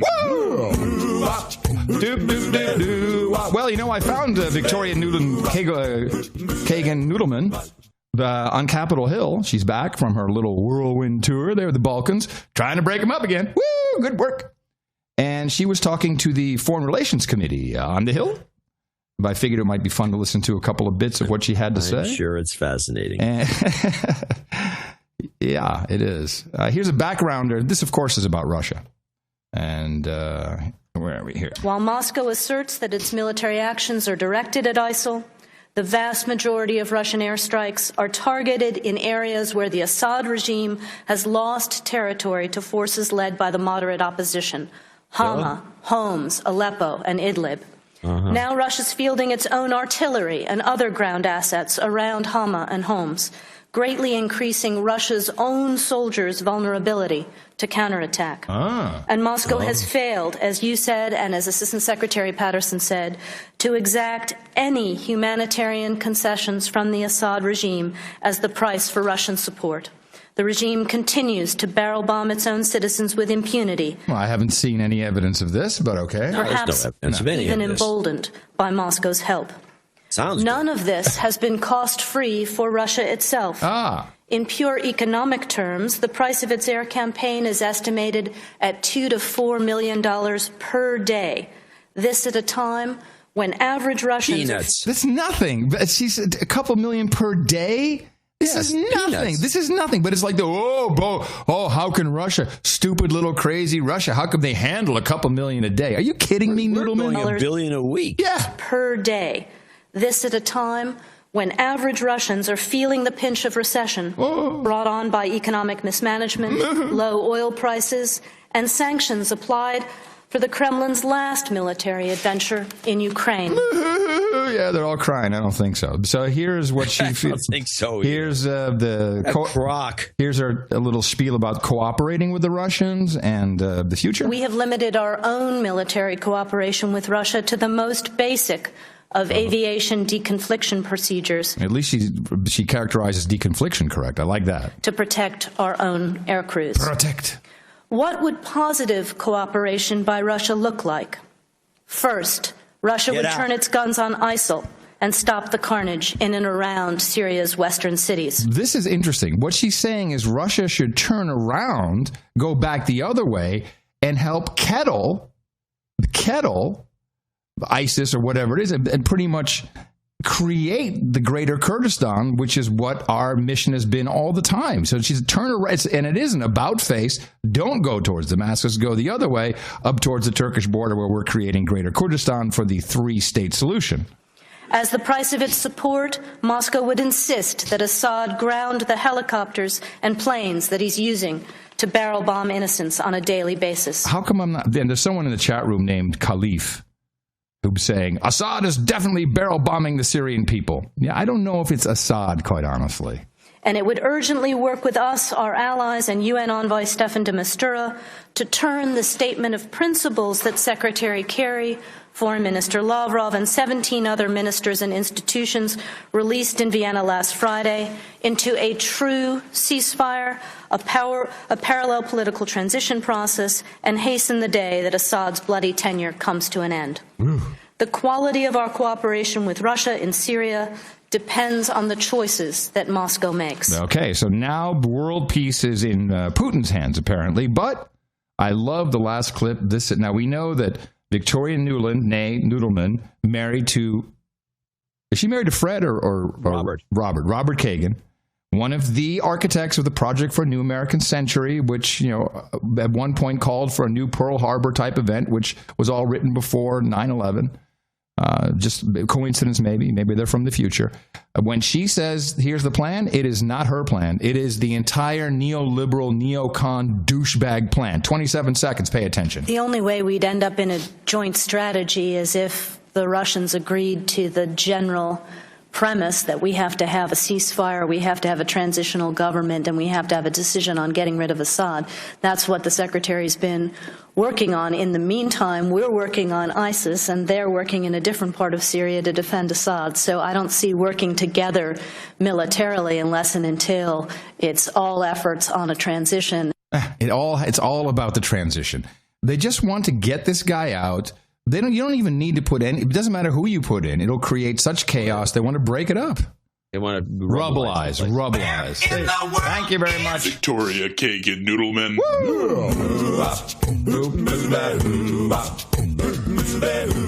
Yeah. So the saber rattling, which is being blamed on Russia, is not coming from Russia. It is coming from the United States.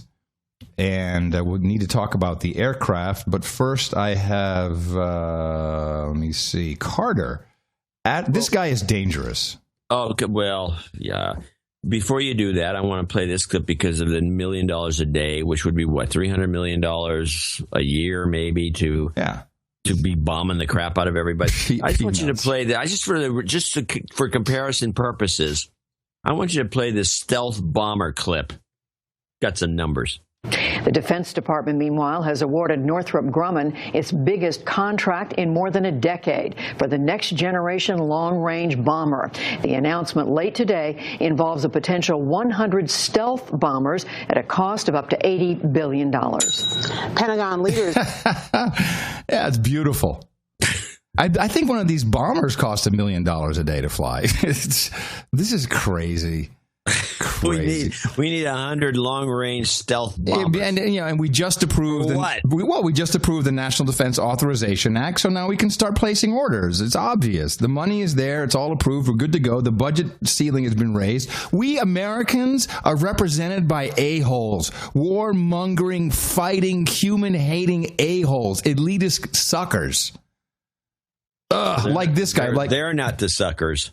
Well, there was a word that I swallowed. Okay. Well, okay. Here is Ashton Carter, our current Secretary of Defense.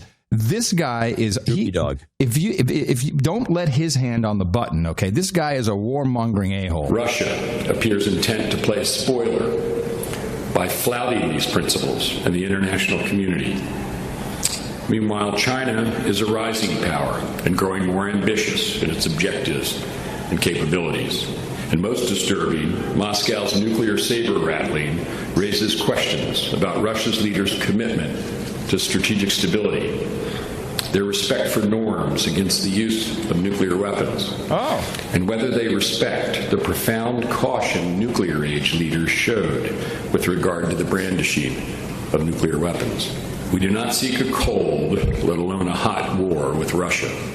We do not seek to make Russia an enemy. But make no mistake, the United States will defend our interests and our allies, the principled international order, and the positive future it affords us all.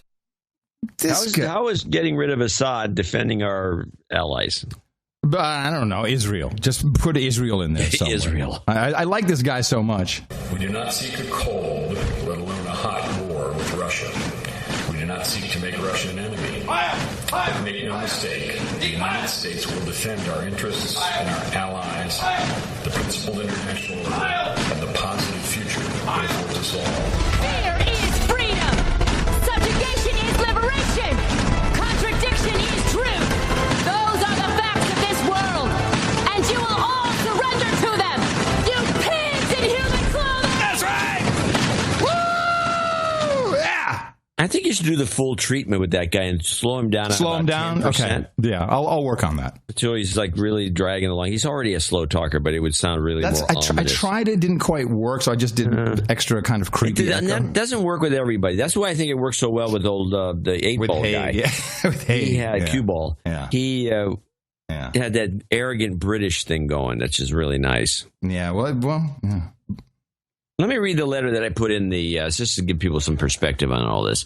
The letter I got from Sir Shakermaker, who'll be knighted later. Not quite Sir yet. And this was in the newsletter. Hey, protectors of the truth, I've listened to you guys since episode 200. I discovered you on a random night wondering what the hell happened to the floppy-haired headbangers ball guy, a.k.a. the Daily Source Code Guru, a.k.a. the Podfather. On this momentous occasion of being ordained to the protectorate of the free-thinking proletariat, I'd like to say some words. I worked in the UK for a government organization that Ed snowballed, and your listeners know well. And then I added, this is probably GCHQ or MI6. Yeah. Probably GCHQ is my guess. So, yeah. Let me just say, with little exception, that which is their version of the NSA. Let me say, with little exception, that your analysis and viewpoint on world power hierarchy is spot on. I left said organization because it's run by lunatics. You were asked in an interview if you'd sacrifice your family for the good of the nation. If you would, enjoy your James Bond privileges. If, like me, you won't, enjoy scanning Facebook for crackpots. Wiping out some citizens in a plane crash for the common good isn't even debatable. Wow. It's unquestionably moral to these douchebags.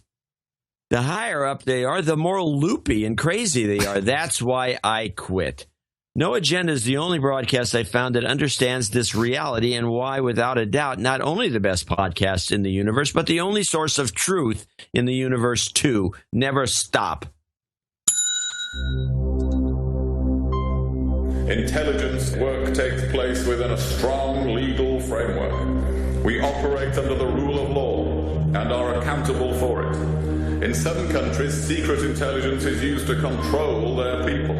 In ours, it only exists to protect their freedoms.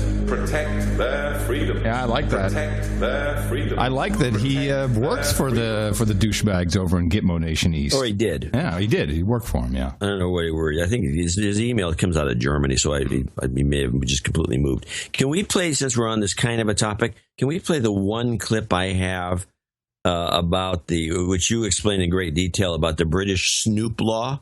Yes, of course. Because we have this the Snoop Charter. The Snoop Charter is what it was called. The woman who's the home Theresa person. May. Oh, she's on here. This is where she spoke in context in front of Parliament. And it's just chilling. Britain's unveiled a plan for sweeping new surveillance powers, which include giving the government the ability to monitor which websites people visit. Experts say parts of the new bill go beyond even the surveillance powers allowed in the United States. Home Secretary Theresa May called the new powers unprecedented while also promising transparency. Woo. Mr. Speaker, the legislation we are proposing today is unprecedented. It will provide unparalleled openness and transparency about our investigatory powers.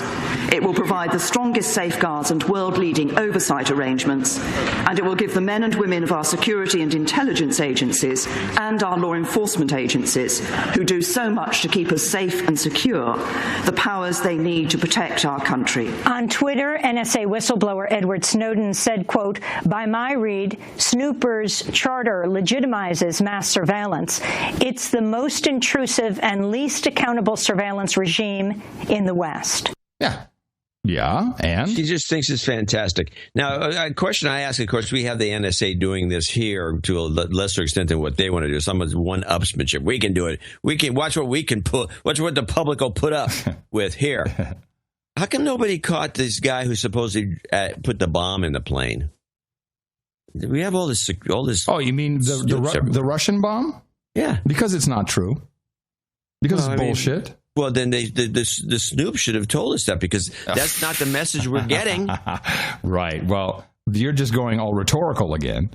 But I find the messaging that is coming out, and let's wind it back a little bit, our analysis without any black box data or whatever, just the open source data that's available, ADS-B, etc., was a breakup in flight, not a stall or what everyone else came out with. It's, you know, the altitude makes it impossible for a ground-fired shoulder-mounted weapon or a man-pad or a Sting or any of this. The drill blue skies, what was it called? The Israeli U.S. drill, which was going on and in parallel to where the aircraft went down. And if you listen to now this is all from Wednesday and Thursday, so we didn't get a chance because these were not available to me on Wednesday prep, and Thursday, of course, we had the show. Here's first the Egyptian official with, you know, we did talk about this sound. The flight recorders were recovered on the first day of the accident, and they were successfully downloaded. Although the CVR team is still in the phase of writing the transcript, which will take time to finalize, a noise was heard in the last second of the CVR recording. A spectral analysis will be carried out by specialized labs in order to identify the nature of this noise. The committee is considering with great attention all possible scenarios for the cause of the accident and did not reach till the moment any conclusion in this regard. Okay, so no conclusion, but we heard a noise. We heard a noise, everybody. We have to identify the noise. It could have been someone flushing the toilet. It could have been anything.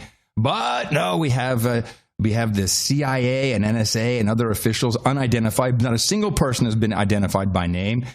Western intelligence sources have said British and U.S. spies intercepted chatter from suspected militants suggesting that a bomb, possibly hidden in luggage in the hold, downed the plane. They were celebrating. A U.S. official who is not named is quoted. You, Reuters, you're full of crap. Give us a name. This unnamed sources is not journalism at this point, but it's okay. Well, the leading theory right now, and this is a theory, is that ISIS in Egypt, which operates in the northern part of the Sinai Peninsula, was able to get a mole inside the airport. A bomb was then they were able to deliver a bomb to that person. Person then put it on the plane before it took off. Now, Egyptian officials are saying, they said yesterday, that they are looking through airport security cameras, trying to identify anyone who could have done that.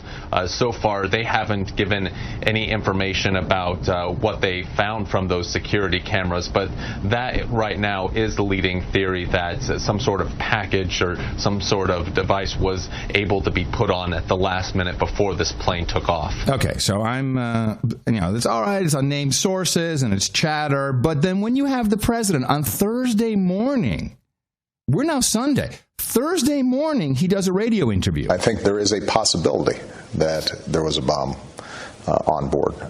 And really? We're taking that very seriously. We know that the procedures we have here in the United States are different than some of the procedures that existed. They suck over there. For outbound and inbound flights there. Letting bombs on the plane. And we're going to spend a lot of time just making sure that our own investigators and our own intelligence community figures out exactly what's going on before we make any definitive pronouncements. But it is certainly possible that there was a bomb on board. Okay, no. And for the president to say this, he knows. He knows that this was probably an accident, but you don't know. We heard our British boots on the ground say these people have no qualms about bringing down an aircraft with citizens on board. For the president to come out and say this, that it seems likely, very possible, could be, they shot it down, and it was shot down during the Blue Skies military training, which was huge. Israel, the United States, we got Jordan, we got a couple other there, and I think it was shot down. May not have been intentional, but it was right abeam where the drills were taking place, air combat. And why else would the president go out on a limb like this? It makes no sense he'd say anything. And we didn't send any investigators over. No. In fact, play this I got 2 NewsHour clips. The first one, play the second one. It's long, but you can just cut it off when you're tired of listening to it. This is Margaret Warner, who did the report on the crash. This is NewsHour Crash 2. And Margaret joins me now for more. Margaret, thank you for that report. So what explains the shift in Russia's thinking? First, Putin saying, no, we don't want to believe that this was an act of terror, but now they're suspending flights. Well, Judy, Putin is one of the 2 leaders involved here who has the most to lose economically but mostly politically. One Russian said to me today, this isn't just a human question, a security question, but a deeply political one. So he's in a dilemma. He has felt in a dilemma because here he is with his adventure into Syria. And in fact, he was asked on Russian TV just within the last 2 weeks, does this put us at risk? He said flatly, absolutely not. So if it does turn out he's a greater risk, that's the problem. Then people close to the Kremlin told me also that if that's the conclusion, he wants to be ready with a plan, sort of like George W. Bush after 9/11. So the Ministry of Defense is working on a lot of contingency plans, and I'm told that there's a huge movement of Russian assault ships moving into the eastern Mediterranean. That said, the Russians have investigators on the ground. The people they sent are from the FSB, which is essentially the KGB successor. They must have seen something that overnight made them recommend to Putin that you've got to protect Russian citizens. And if somebody said to me, if he didn't, and he didn't say anything, and there were another attack, there would really be hell to pay. So, Margaret, you've also got this discrepancy with the Egyptians not wanting to believe that there was a bomb, that there was terror involved, but you've got European countries saying something different, saying they have reason to think there may well have been. Yes, and in fact, the reports from France today, they're unsourced, that the French investigators, the only investigators on the ground, Judy, are the Russians, the Egyptians, and the French. Like, the U.S. is not there. So that the French have come to that conclusion. But that's sourced reports. So for President Sisi, there's so much at stake. What does that mean, sourced reports? What is she saying by that? He said it's like secondhand. It's a rumor, gossip. Hello. Gossip. First of all, what a blow to their last remaining tourism industry. I mean, Sharm el-Sheikh was really it at this point. But secondly, he won election after taking power in what many consider a coup, saying, I'm the general, I can protect us from terrorism. In fact, terrorism has increased. He keeps saying and asserting we have total control over Sinai. Well, they don't. Jihadist groups are much more active there than they were. And one of them declared allegiance to the... We have bases in the Sinai. We have bases there. What is she talking about? We're everywhere in the Sinai. The Islamic State. So they're really in a bind. They insist, and I talked to an Egyptian, someone close to the government today, who said it really isn't definitive information, but also he will pay a huge political price. Yet, I'm told there's a recognition on the part of that government that if they wait too long and the whole rest of the world's come to a conclusion, they'll look like they're hiding something. But in the meantime, you also have daylight between what the Brits are saying, the British are saying, and what the U.S. The British are saying, well, we think there's likely reason to believe it was a bomb. The U.S. is saying, no, we're not ready to make that declaration. To me, Judy, that was in a way the most fascinating sort of conundrum, because I'm told the U.S. and the British are looking at the exact same set of intelligence. It clearly points to it being a bomb. Clearly. Snakes on the plane. This is the multinational force, Task Force Sinai. It's been attacked a few times. It's very dangerous. Following the Egypt-Israel peace treaty in 1979, United Nations was asked to provide peacekeeping forces in the Sinai Peninsula, mandated by treaty. We are there. We are there. Ah, jeez. I apologize to the people of Russia. I apologize. You've got the Syrians bicycling through your country to Norway. Yes, you don't have to apologize for that, because that is bullcrap. I apologize for that is not happening. I apologize for us probably shooting your citizens out of the sky. Yeah, with Project Blue Skies, wrecking the Ukrainian sweet deal. Yeah, and then blaming them for everything. And then we go, of course, look at ourselves. And when you start looking, by the way, anyone out there can start researching modern rocketry. And the reason I started doing it because I wanted to see a Titan, not a Titan, but the Saturn V used to be this big rocket, but they got this new rocket that they're working on, but it's only going to be launched out of Cape Canaveral. But I want to see, I can't think, I think there's something 4. Is it the Titan 4? I'd have to go look at my list. But there's a big 1 or 2 giant rockets that they do launch from Vandenberg, which is over here. And every once in a while, one of these things gets launched, and you can see it. Sometimes it depends on where they send it, but you can see it from here, which is more north and somewhere north of the. Did you hear about the rocket last night? No. What rocket happened to launch? Mysterious light rattled some nerves in Southern California. Police got a lot of calls. Some people posted video all over social media, wondering if this was a UFO. Well, U.S. military officials say, don't worry, this is just a missile test, pre-planned, and this missile was not armed. No weapons on board. Yeah, it was a Minuteman. No, I don't think it was a Minuteman at all. And there's something wrong with this story. Oh, actually, I have to play the follow-up so you understand what's wrong with it. You may not know it because you're asleep by then, but every night after midnight, a change takes place at LAX. Instead of landing from the east over Inglewood, planes begin flying in from the west over the ocean to keep noise levels down. But due to secret military operations, the airspace out over the Pacific is closed to incoming flights for the next week. That means residents in the flight path will hear this all night long. So I can imagine for the next week, they're going to fly over 24 hours. No, that's going to be crazy. We clearly understand that neighbors and communities east of the airport will experience noise, and we apologize for that.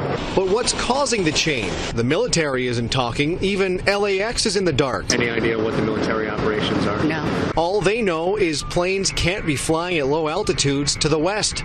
Now, it's been 40 years that LAX has been avoiding flying over land late at night. There will be occasional changes. For instance, when the winds come in from the east, they will reverse the flight path and planes will take off headed towards the east. So some residents there are used to this. As to what is exactly causing it this time, it remains unknown. Yeah, so I went and looked at the NOTAMs. This is Notice to Airmen.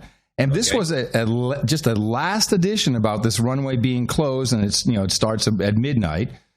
But this is just in the past 2 days they put up this NOTAM. And wait a minute, let me just calculate the Zulu time. This was around the time that just before this was spotted, I guess, if I take the time change into account. This is highly unusual. If you have a missile test, to then send out a NOTAM, Notice to Airmen, like half a day before, and then shutting down this runway for a week. Now, if you look at the video of this particular light, did not look at all like a Minuteman. In fact, you know what it looked like? Do you remember in 2009 that crazy lights in Norway? The spiraling light? Mm-hmm. That, and of course I researched that a lot. That was 6 years ago. Scalar weapon. That's what they're testing. What's it do? A scalar weapon is that's Tesla technology. It's not your typical rocket propellant. It doesn't have it. You can see it doesn't have this typical trail. It has a very strange spiral-like. Yeah, it looks like a comet. Yeah. I think it's a scalar weapons test, and I don't know why this was not planned way in advance. This is very problematic to just close a runway at LAX after midnight. But okay. Well, it will remain a mystery to a point. Probably, but I suggest people look into scalar weapons because I think that's something new that's being tested. And why would they? See, they're going to launch this thing up above. It has to be launched from Vandenberg, unless there's another launch facility someplace I don't know about. Well, I think they don't know how to steer. Maybe they're launching it from the water. Oh, that could be. That would make sense, but still, why? I don't know. Well, better be safe than sorry. Yeah, sure. All right. All right. I have some sports. It said Sunday. Good time to talk about sports. Really? Is there ever a good time to talk about sports? In this case. Okay. Tell me this is not a good time to talk about. Wait, we have a sports jingle somewhere. Hold on. I know we have a sports jingle. Yes. All right. Hold on a second. Right on time. Here we go.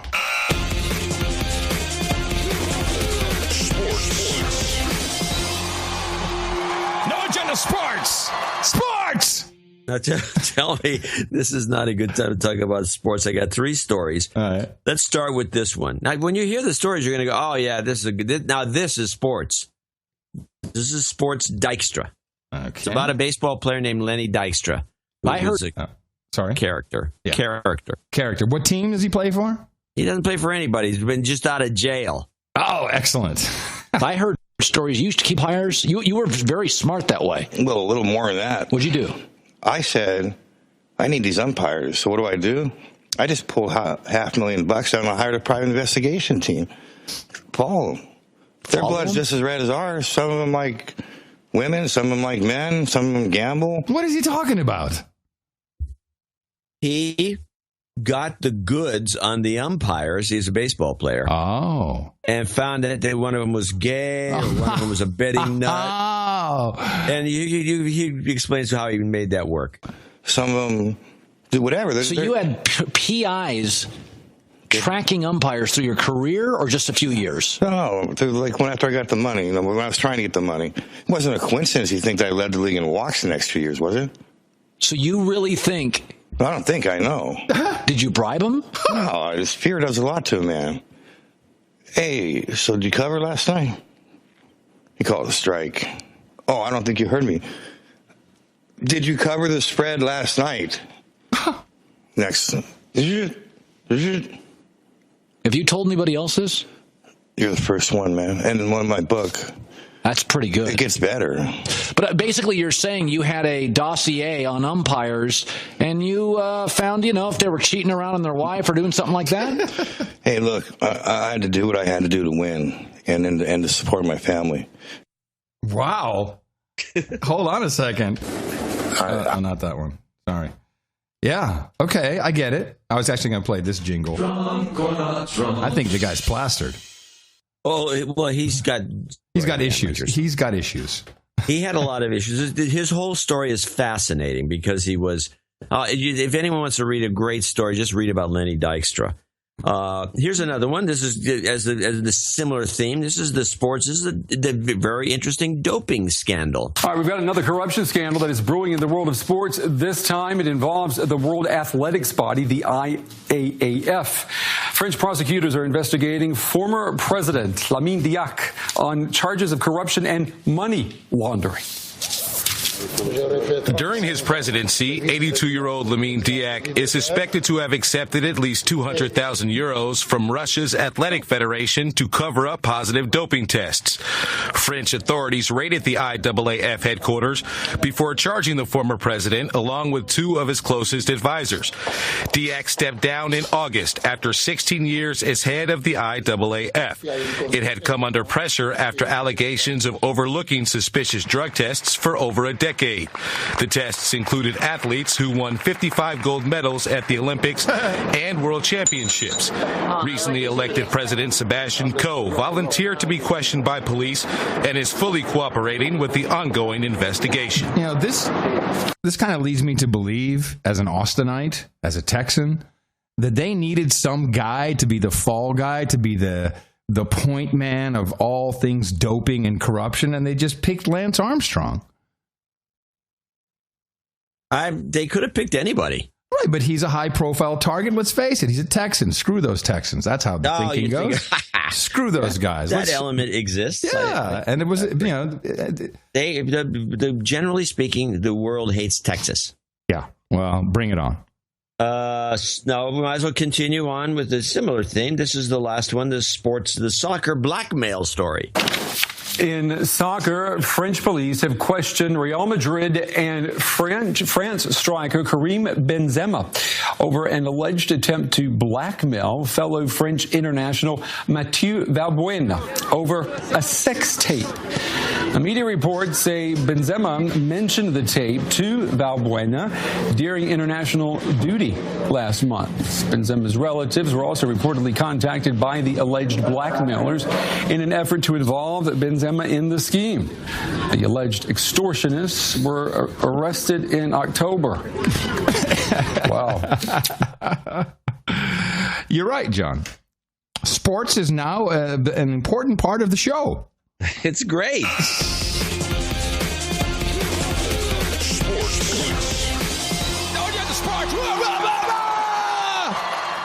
course, none of these things are generally reported by the American sports writers. No, that's why for that first clip, the Dykstra clip, bend over because you deserve it. Clip of the day. That was good. That was very, very good. I liked it. I'm going to show my support by donating to No Agenda. Imagine all the people who could do that. Oh yeah, that'd be fab. Yeah, on No Agenda. In the morning. Very good. We have a number of people to thank for this show. 772 as we head towards 777. Which is giving, there's a link now. You can get double producer credit for 777. Nice. If you want. Mm-hmm. And that's coming up in 5 weeks. Actually, what we're going to do, so you have a heads up on this. Okay, so I have a heads up? Or a heads up? Yeah. Do I need to have a heads up? You don't need to have a heads up. Oh, okay. But on Thanksgiving, we have a very funny clip show. Yes. This is why don't you explain what we're doing? Well, Sir Cyber, we have talked about it a couple of times on the show, but months ago he sent us a 2-hour program, which is the funniest bits, the comedy bits of the show. Yeah. And both of us, we've received things like this in the past. But it was a nice try. But this one, when you have not just me, but John laughing at our own stuff well an hour into the program, then you know it's good because we're pretty critical. I was very, very skeptical. Yeah. But then I noticed I was laughing out loud at some of the crazy stuff that we do. Now, we are a very funny show. Yeah, So we're doing doing that on Thanksgiving Day, which is Thanksgiving Day, which preempts 777. Which would have been 777, but since it's not this is a clip show, we're calling it 776.5. 0.5, right? Yeah. I was going to say B. 776.5, and so that next Sunday will be officially, which is the Sunday after Thanksgiving, which still doesn't have a lot of listeners, but it's enough. Yeah, but it's not a holiday, so we should be. It's not a holiday per se. Mm-hmm. On that day, we'll do the official show 777. So that's a heads up for anyone. So that is a week from next Thursday, I guess, right? The Thanksgiving? The Thanksgiving Day, yeah. Yeah, I believe Third Thursday in November, yeah.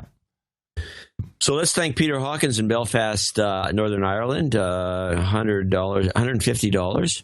And he has something funny to say here, if I could find my cursor. He says, sirs, I was outraged to hear the donation scores for 771. It's enough to bring a tear to a glass eye. Freeloaders. That has to be some Irish thing. Yeah. He says, I'm in Belfast, Northern Ireland. Belfast, UK, it sounds like crap. Don't say that. Got it. I think that's what we said. Yeah.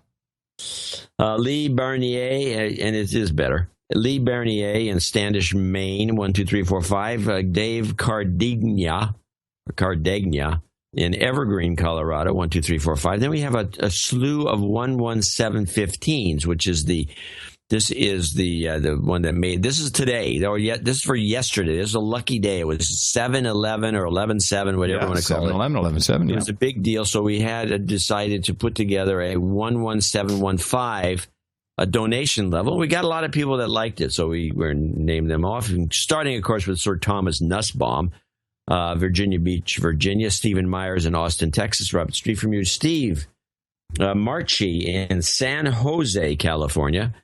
Tyler Oglesby in San Angelo, Texas. Josh Thibodeau in Dayton, Texas. It's Thibodeau.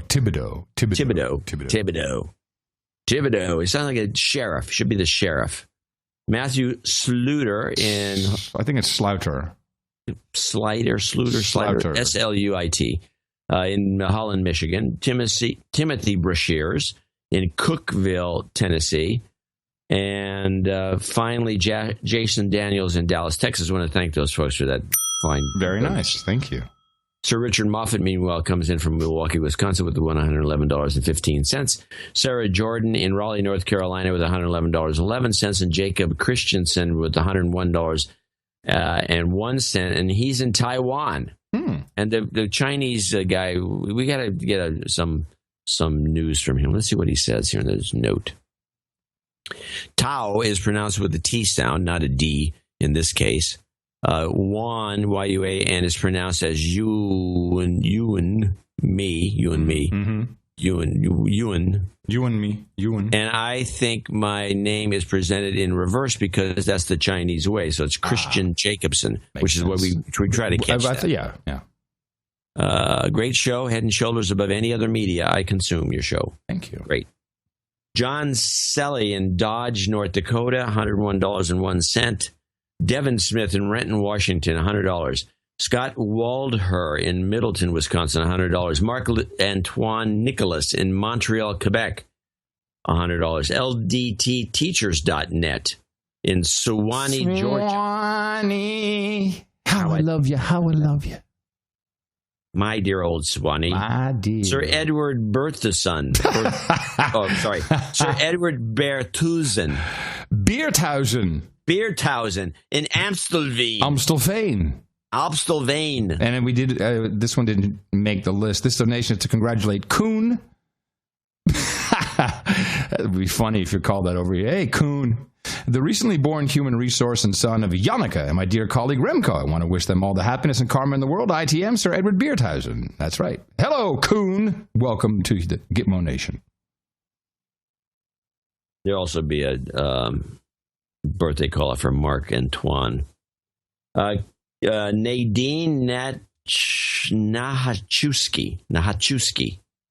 What do you think? Yeah, Nahachewski, Vernon. And Vernon, BC. Oh, this is nice. First-time donor. $100. My boyfriend introduced me to the show, and I've been listening for about 4 weeks. I enjoy the honest deconstruction of world events. Keep it up! I would also like to wish my boyfriend, Silvio, a happy birthday. Yeah, we got it on the list, Nadine. It's on the list. Oh, nice. Well, you've got a good boyfriend. Hold on to that one. Cleveland, Ohio presents us with Clay Bacevice. What do you think? Bacevice. Baciu. And that's in Cleveland, Ohio. 99. And he actually requested the 9 thing. Yep, got it. Patrick Daly in Rochester, New Hampshire, 8928. Christopher Gray in Covington, Louisiana, 88. It's kind of rare. Oh, he says general karma for a soon-to-be-born son. We'll do that. My wife fell face first and broke her nose 2 weeks ago. Ouch. So we need whatever we can get. Yeah, likely story. She fell. Mm-hmm. Introspector, well, if he's one of our listeners, she did. Introspector Software Services in Lawrence, Kansas, 8526. Ken Yasinski, Appraisals, Noonan, Georgia, 7777. John Quirk in Naperville, Illinois, 7777. Those are good. Jeffrey Anderson in Sewells Point, Florida, 7770. Robert Swindell in Norco, California, 7720. Craig Dashnow in Ascot Vale, Victoria, Australia, 75. Richard Furnival in Rixieville, Virginia, 75. Soretti Kilowatt. KOJEG. K0JEG. 7 3s from the Kilo Fox 5, Sugar Lima, November. Ditto. You're a worthless hand. Fort in Haarlem, Netherlands. Bonfort. Yeah, close enough. Bonfort. Yeah. In 7110. Richard Chow in Fullerton, California, 6969. You get some finance karma at the end. Sir Craig Kuttner in Norwalk, Connecticut, 6969. And J. Annie Mouse D, 6969, parts unknown. He has a very long and interesting note, which I'll share with you later. Handwritten. He says all notes should be handwritten in longhand, and he writes it in block letters. But I'm going to be picky. One man's longhands, another man's block letters. Kevin Dills in Charlotte, North Carolina, 6432.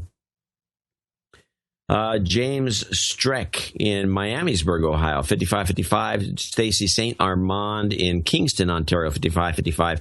Russell Rhodes, double nickels on the dime from Tallahassee, Florida. James Williams in Phoenix, Arizona, also double nickels on the dime. Tim Suwyn, S-U-W-Y-N, in Middleville, Michigan, 5280. Thomas Gruska comes in commonly with a monthly donation of $51.33 in West Seneca, New York. Judy Schwartz in Bernie, that's right. I will never get that, but you always correct me. Mm-hmm. Well, I'm a Texan. You know these things. Yeah. And now these are a group of $50 donors, starting with Alexander St. Cyr in Seattle, Washington, Eric Brune in West St. Paul, Minnesota, Ton LG in Katy, Texas. Hold on. He says John's newsletter scored a 91 emotional tone on the LIWC calculator, so he had to donate. So you scored very high on the emotional tip, my friend. Good work. Yeah, but what does it mean? Was I emotional? You were in a positive way. You were emotional in a truthful way. I'm always truthful. But an emotional tone 91 means you're upset. You're emotional about something. Oh, well, I was. You saw it. I saw it last show. Todd LG. Well, that's Todd and Katie. David McLean in Cuba, Missouri, $50. Ben R. in Traverse City, Michigan. Beautiful little place. I've been there. $50. Brian Matthews, Balbriggan, Dublin, Ireland. Jan van der Laan in Assen. Jan van der Laan. Jan van der Laan in Assen. Netherlands. Drenthe. Is it bad? I'm yelling. Yeah. These Dutch names. I would like people. I will like people to know that this is one of the funniest bits in the Thanksgiving show. Is the Jan van der Laan, where Sir Cyber put together this string of you pronouncing Jan van der Laan's name, and it's worth listening to. The Thanksgiving show is fun. Yeah. Sam Cutts in St. Louis Park, Minnesota. Edgar Almaguer in Waxahachie, Texas. Tim Abel in Bergfield, Berkshire, UK. Abel, I'm sure. Jonathan Mayer in Zima, Ohio. Alexander Sukovy. Alexander Sukovy in Moscow, Russia. And finally, wrapping up, Corey McDonald in Richfield, Minnesota. Sir Mark Tanner, a regular from Whittier, California. Sir Brian Watson in Raleigh, North Carolina. And finally, Jason DeLuzio in Chatsford, Pennsylvania. It's a great group. We want to thank everybody who donated. And people who donated lesser amounts, too, for show 772 as we march towards 777. Yeah, this is highly appreciated. Good day today, everybody. Thank you. That picked up the slack. Of course, we will have another show on Thursday, and who knows what that will bring us. Don't we have another stupid debate coming up this week? Oh, something annoying. It's getting annoying. I wish these guys would just stop. Or could they just talk about something else? Thanks to everyone who came in under $50. Also, some good subscription numbers. Like seeing that. John, you even tweeted out you love the four a weekers. I do. Yeah, it was good, and we appreciate that. Please remember us next time you think of supporting some form of media that, I don't know, makes you smarter. Dvorak.org/NA. And the Karma has requested. Jobs, and jobs. Let's vote for jobs. You guys are really us. What number are we thinking of? 69, dudes! You've got karma. There we go. And we got a couple of birthdays. It's your birthday. And here we go. Sir Craig Kuttner celebrating on, Meanwhile, celebrating tomorrow, Tim Suin says happy birthday to his douchebag brother, Brett. Celebrating today, Mark Antoine Nicolas says happy birthday to his wife, Micah Deriz, celebrating today. And Nadine Nakachewski says happy birthday to her boyfriend, Silvio. He celebrated on the 6th. Happy birthday from all your friends, the staff and management here at the best podcast in the universe. All right. We say congratulations to Sir Jim Spitzer, who now becomes Earl of Suffolk County and the surrounding plantations.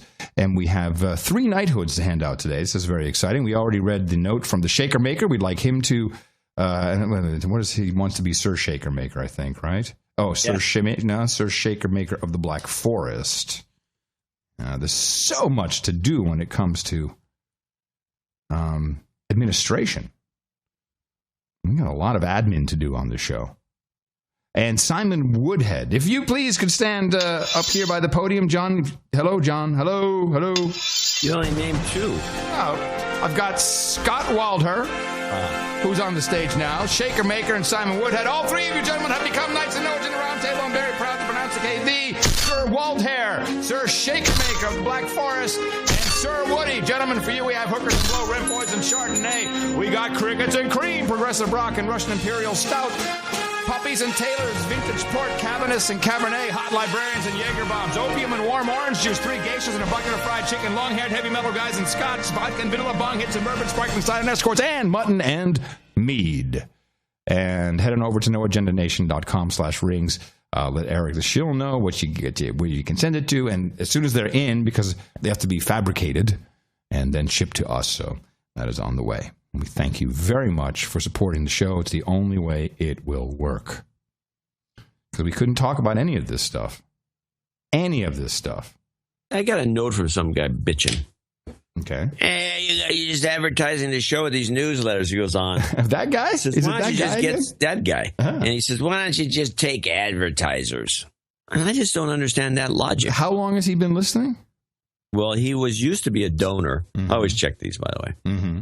In 2012, he had a subscription and he dropped it. Mm-hmm. And so it's at least 3 years. Okay.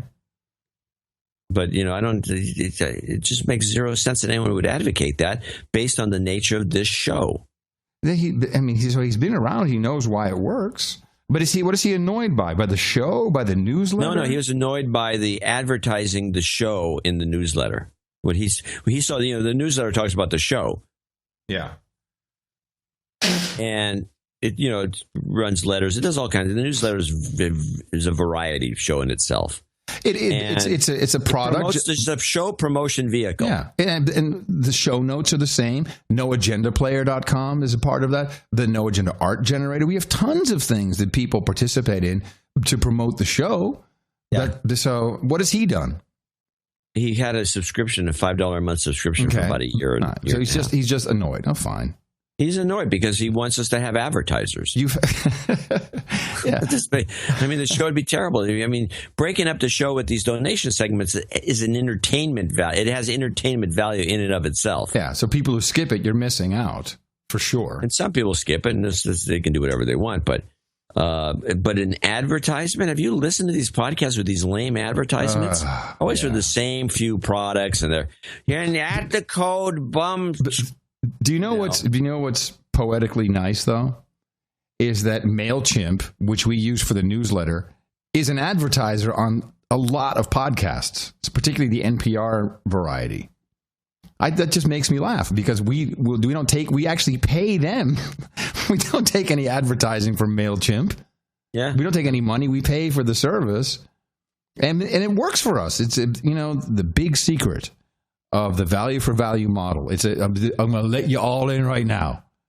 If you want people to give you money for what you're doing, you have to ask for it. Hello? It's like, you have to ask for it. It's that simple.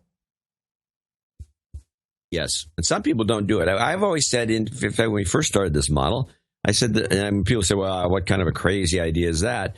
Well, the same crazy idea that churches employ, the same crazy idea that public radio employs, the same crazy idea that a lot of things employ. A lot of museums and cultural centers, they all do this. It's not like a crazy idea. Yeah. But the thing is, when you're like a museum and you do a fundraising for the museum, you tend you get asked for money all the time from people, and you're asked very seriously. People or charities, any benefits or anti-cancer, all the rest of it. Right.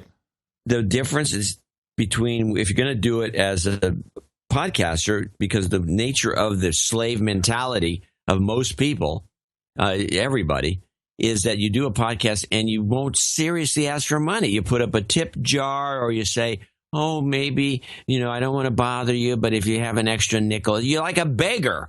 You might as well have a cup. Yeah. You might as well be sitting on a corner in Mission and 3rd. Well, to be fair, you've got homeless people all over San Francisco. It's not just Mission and 3rd. Please. Yeah, well, I should have just said the entire city of San Francisco. And by the way, for anyone who's thinking of traveling to San Francisco as a tourist thing, don't do it. Yeah, stay away. Go someplace else. Stay away. Did you see that new NPR podcast thing, Earbud.fm? I've heard about it, but I have not paid. I didn't go and do any work on it. Well, let me say this about that. Let me say this about that, okay. Earbud FM, which NPR is so clueless. Sorry, Jarl Moan, also known as Lee Masters. Hey, everybody, Lee Masters here. The big... You should back that up and explain what you're doing there with that reference. Oh, the current CEO, president of the NPR, hired me at MTV. His name, his disc jockey name, which he used then at MTV, was Lee Masters. His birth name is Jarl Moan. And he's tasked with saving NPR. And I don't think he's on the right track. Let me put it that way. So Earbud. Please explain. Well, so they don't know how to make money with podcasts for NPR stations. It's very complicated because these are a lot of these shows like This American Life and what do we have? Fresh Air. These are all independently produced programs, and they have their own advertising and own monetization on podcasts. And I also think a lot of them are illegal. I would like to point out that you cannot put music in a download. Even NPR can't do it, but of course they get a pass. And so they've created this Earbud.fm, which they're promoting as the friendly guide to great podcasts. And they pretty much have a lot of NPR podcasts in there. Just mostly repurposed shows. Yeah, there's episodes, but I'd like to see our producers at least suggesting some No Agenda episodes and see if they'll even put them in. I don't see why they ever would. Well, they do put in other. They even. I see things here. So, what's the Hidden Brain? Oh, that's another NPR podcast. They're pretty heavy on the NPR stuff, quite honestly. But there are some other. Like of course you get Mark Maron, his show. Because all these they have the whole NPR thing going on. Good luck. I'm telling you now. People who create networks for media, whether it's video shows or podcasts, it doesn't work, particularly not if it's advertising based. I'm going to say this for the last time this week. The way advertising works on television, if you want to buy an ad between 8 and 9 o'clock, there's only, 20 of them that you can buy. That's supply and demand. Okay, that's why the price goes up. When you have unlimited inventory, your price is going to go to 0.0001. It's how markets work. So if you're going to have one show, which will be the founding podcast, he'll get all the money and everyone else is going to start bitching, moaning, and it'll fall apart. You're going to hate yourself. It's not worth it. Does that? Okay, you can play the pet peeves thing if you want. Okay.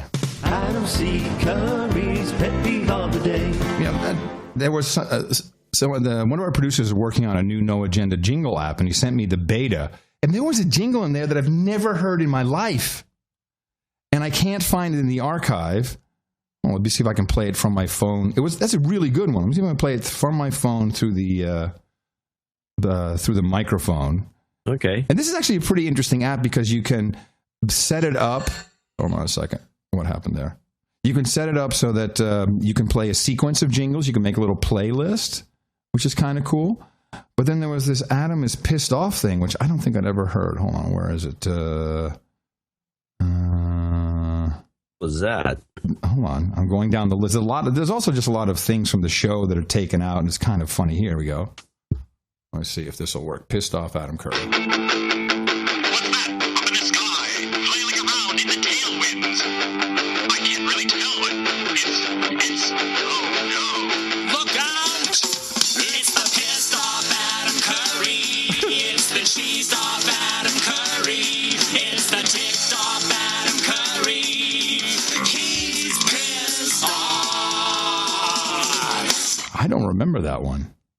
Have you ever heard that jingle? It's pretty funny. I don't have a copy of it either. I've never heard it. Oh. No. Must have been missed. Yeah. Well, how did he get it? I don't know. Probably from Phone Boy or something. Someone has it. All right. War on weed for a moment. I was in the car because I'm getting ready for the trip. Good. I have a couple of marijuana clips myself. Can I start off with a little bit from Tom Hartman's show? Absolutely. Mexico's Supreme Court today ruled that Mexican citizens have a constitutional right, I repeat, a constitutional right to grow and distribute marijuana. Yeah. Did you know this? This is great. Well, yeah, of course I know it. Then that's why I have this clip, which actually is a little more elaborate. Well, there's a little more to the clip, but I'll let you slip in. What do you want? I would go with the marijuana in Mexico because it adds a little Bernie Sanders twist. In Mexico, the Supreme Court has issued a strong condemnation of the U.S.-backed war on drugs and paved the way for the possible legalization of marijuana.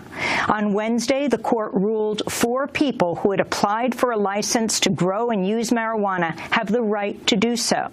The case lays the groundwork for future legal action in Mexico that could lead to legalization nationwide. Uruguay legalized marijuana in 2013, and medical marijuana legalization bills are being debated in Brazil, Chile, Colombia, Costa Rica. Mexican President Enrique Peña Nieto spoke after the ruling. The government respects the definitions of the Supreme Court of the nation, and particularly on this issue. I am also clear that this position opens a wide debate for eventually discussing a regulation on the issue of the consumption of marijuana. This means for us that the deliberation now will be about the commercialization for consumption and the legalization of marijuana consumption. This comes as presidential candidate Bernie Sanders has introduced legislation that would end the federal prohibition on marijuana, allowing states the power to legalize and regulate marijuana in the same way state and local laws now govern the sale of alcohol and tobacco without fear of federal impediment. Well, go Bernie!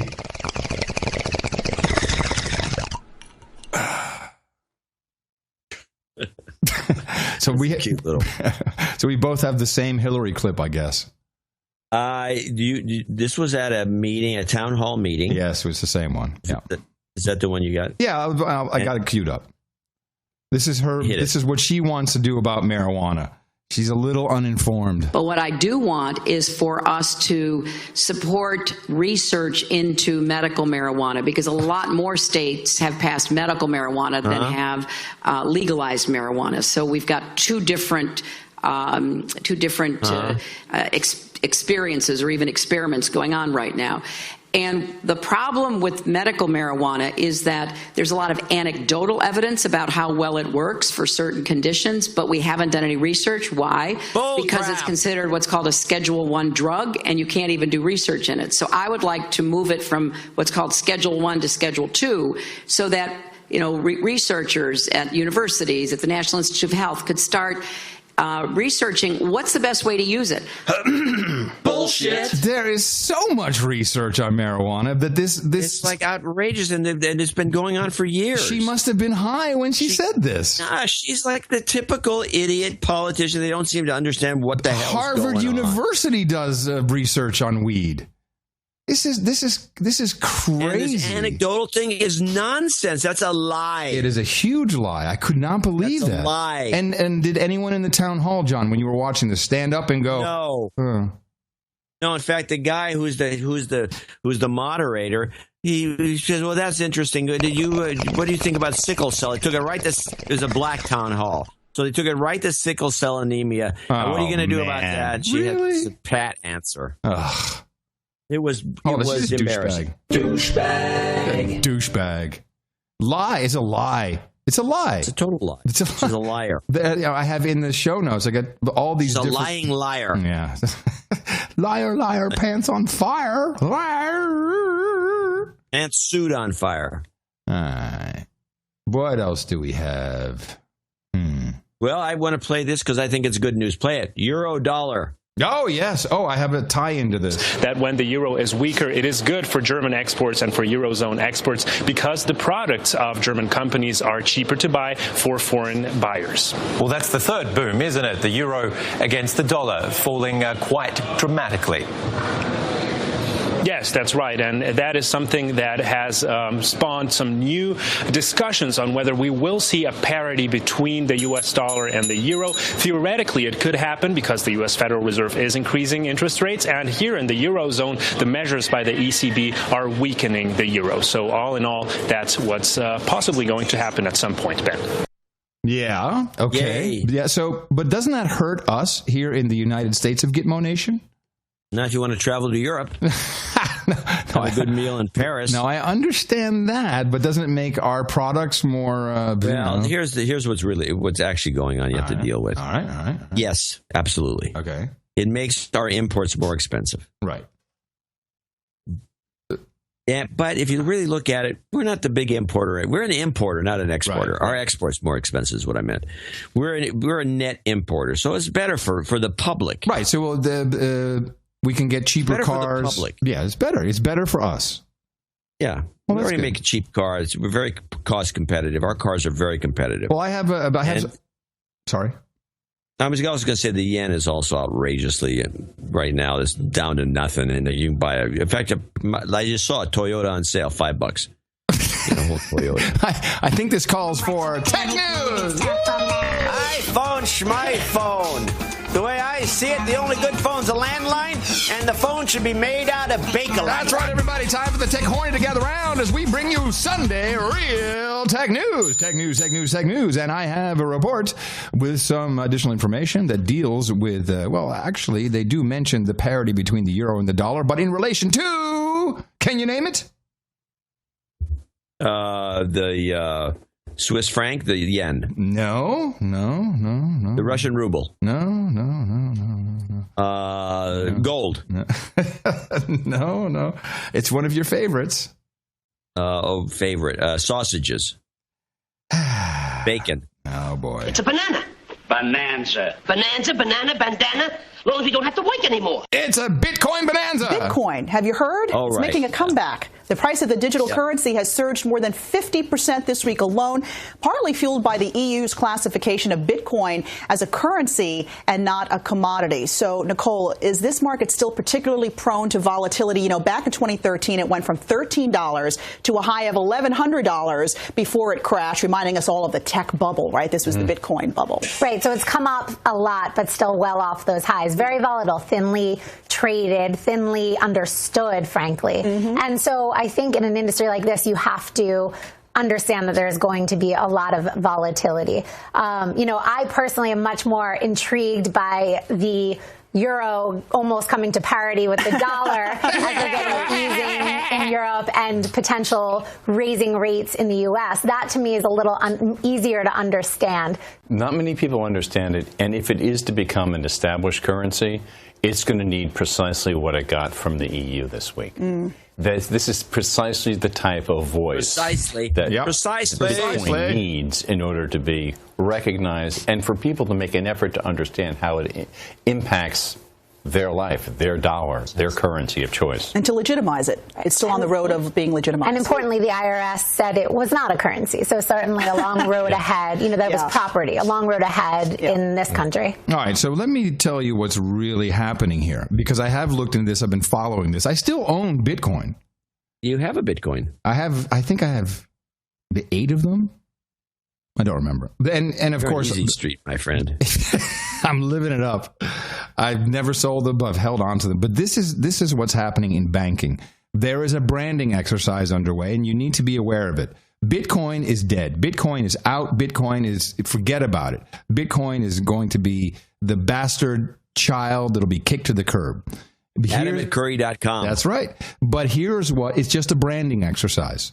All the financial guys are all talking about the blockchain. See, this is very cute what they've done here. I listened to the Max Kaiser lecture about the blockchain versus the Bitcoin. Yes. When was this? Just a few days ago. Okay, good. Well, I'll find it. I'll put it in the show notes. So the blockchain is the underlying technology that shuttles Bitcoin throughout the universe. And you can do anything you want with, not anything, but you can do a lot with the blockchain. And there's all kinds of things being sent along with the blockchain. There's the blockchain messaging. It's a very interesting technology by itself, and you're going to see a lot of virtual currencies that will be distributed through the blockchain. So it's now become a platform. It's become, I think platform is the right way to look at it. But Bitcoin it's toxic. You can't, it's just toxic. No financial person in their right mind is going to, go all in on Bitcoin. It's too volatile. It's nuts. But blockchain and putting their own virtual currency into the blockchain, that's what's going to happen. It's time for another installment of Bitcoin Bonanza with Adam Curry and John C. Dvorak. This week, Peter Thiel, Satoshi Nakamoto, Cody Wilson, and special guest Alan Davis. That's right, on Bitcoin Bonanza. We're going to start that show up. It'll be great, but I have to change it to Blockchain Bonanza. Well, this will make it interesting for you to listen to Max Kaiser, because he says just the opposite of what you said. What does he say? He says just the opposite. He says the Bitcoin's, he's a Bitcoin guy. He's got a Bitcoin exchange or something. Right. So he thinks the blockchain, what you said, is that. The blockchain is the whole thing. Well, interesting. I'm just telling you what he said.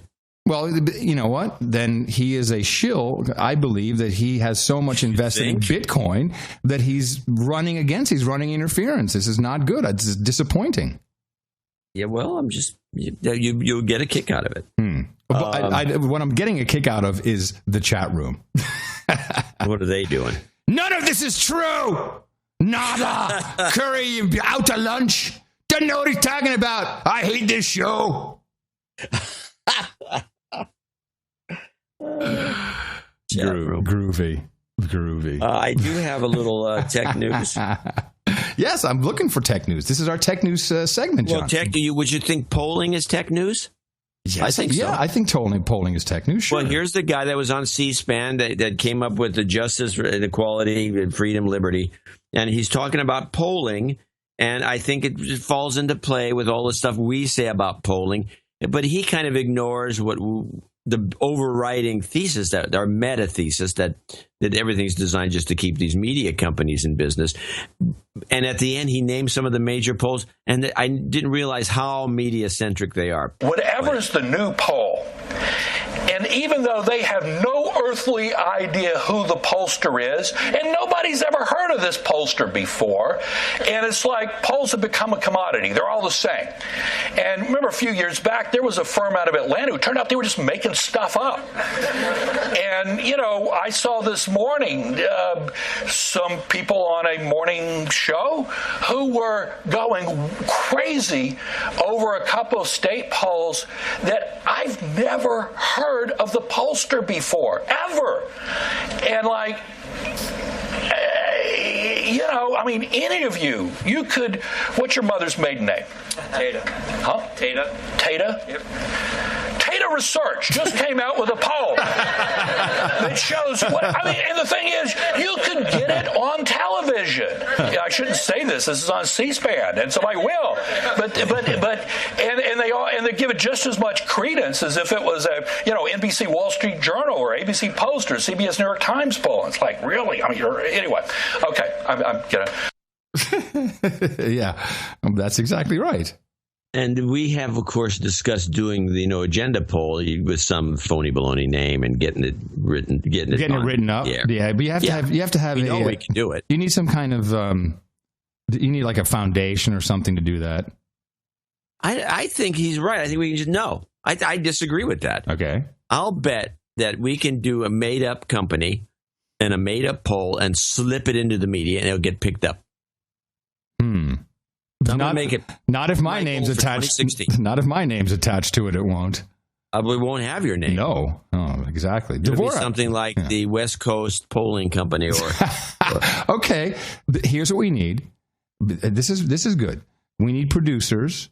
A producer. We need a domain. We need a website. We need the polling. It has to look slick. It has to. And what should we have? It has in to look slick. What should we put it? Who will be winning in our poll? What is the idea? How do we do this? And is this anything like something related to our no agenda themes? The original idea when we first thought about it was like we need to get some attention for the show. Right. So we could do a poll on the best podcast. It should have some political thing in there. Okay, well, let me think. We have to think about that. How about best political analysis podcast? We have that sounds good. Something like that, because everyone's all hip on the best podcast list. Yeah, we do best political podcast. Yes, yeah, or most accurate political podcast, but most truth fact checked. We've got till next November. We need to put something in this like the political fact check podcast. Well, we'd have to dream up a phony PFCP. podcast. Yeah, of course, and we'll make one. And then on the website, phony up everything. Yeah, on the website, we'll prove our own media theories. Exactly, we can do this. I know our producers can do this. You can do this. And you know how I know you can do this? Go podcasting!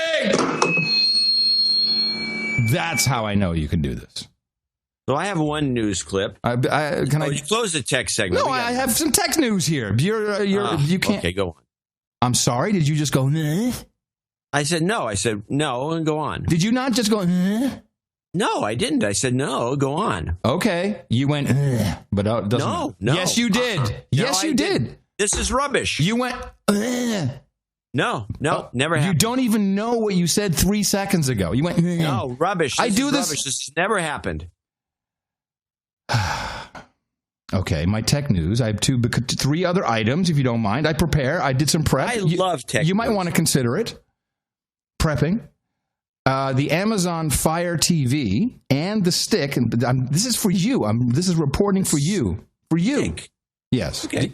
I have the Fire TV stick. Is there 2 products? Is one the Amazon Fire and one stick? Yeah, you have the Fire TV, which is a box, and then you have the stick, which plugs directly into your HDMI. Oh, I never knew about the box.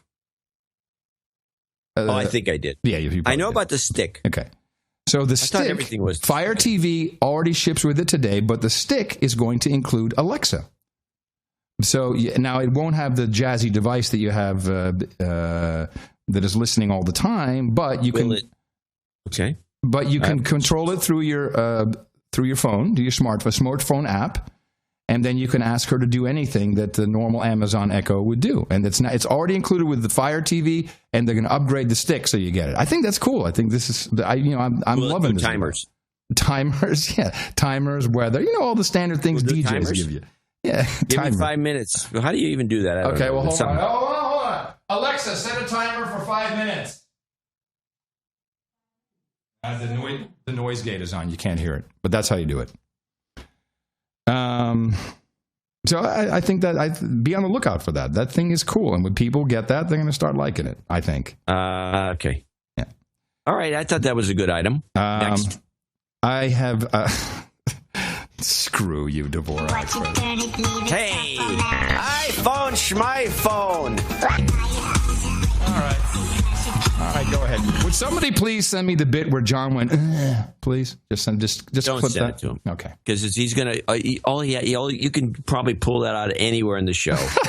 I made a noise, and then it's going to be phonied up, and I'm not going to believe it anyway.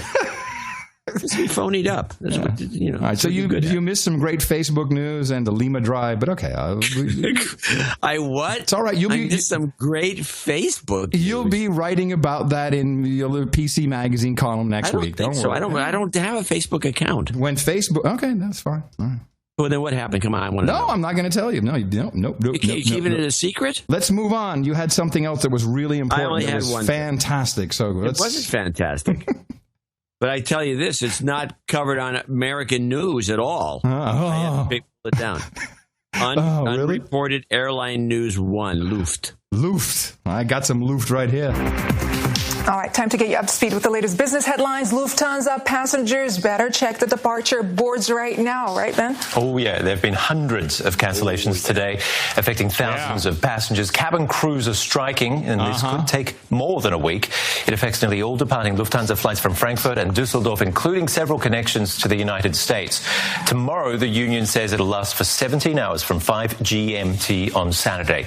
The airline's offering to rebook tickets free of charge, and if you don't mind spending a night in Frankfurt, the carrier's reserved thousands of hotel rooms. Let me tell you, I'd rather be shot in the head than spend the night in Frankfurt. You do not want to spend the night in Frankfurt. It's not really the town to hang out in. Yeah, this is a huge strike, and I believe it's going to go on longer than a week. I've heard that it could go on for 2 weeks. Well, one guy kind of suggested that, but this is not reported at all. Yeah, I got one report off of Reuters about it, but yeah, it was very minute.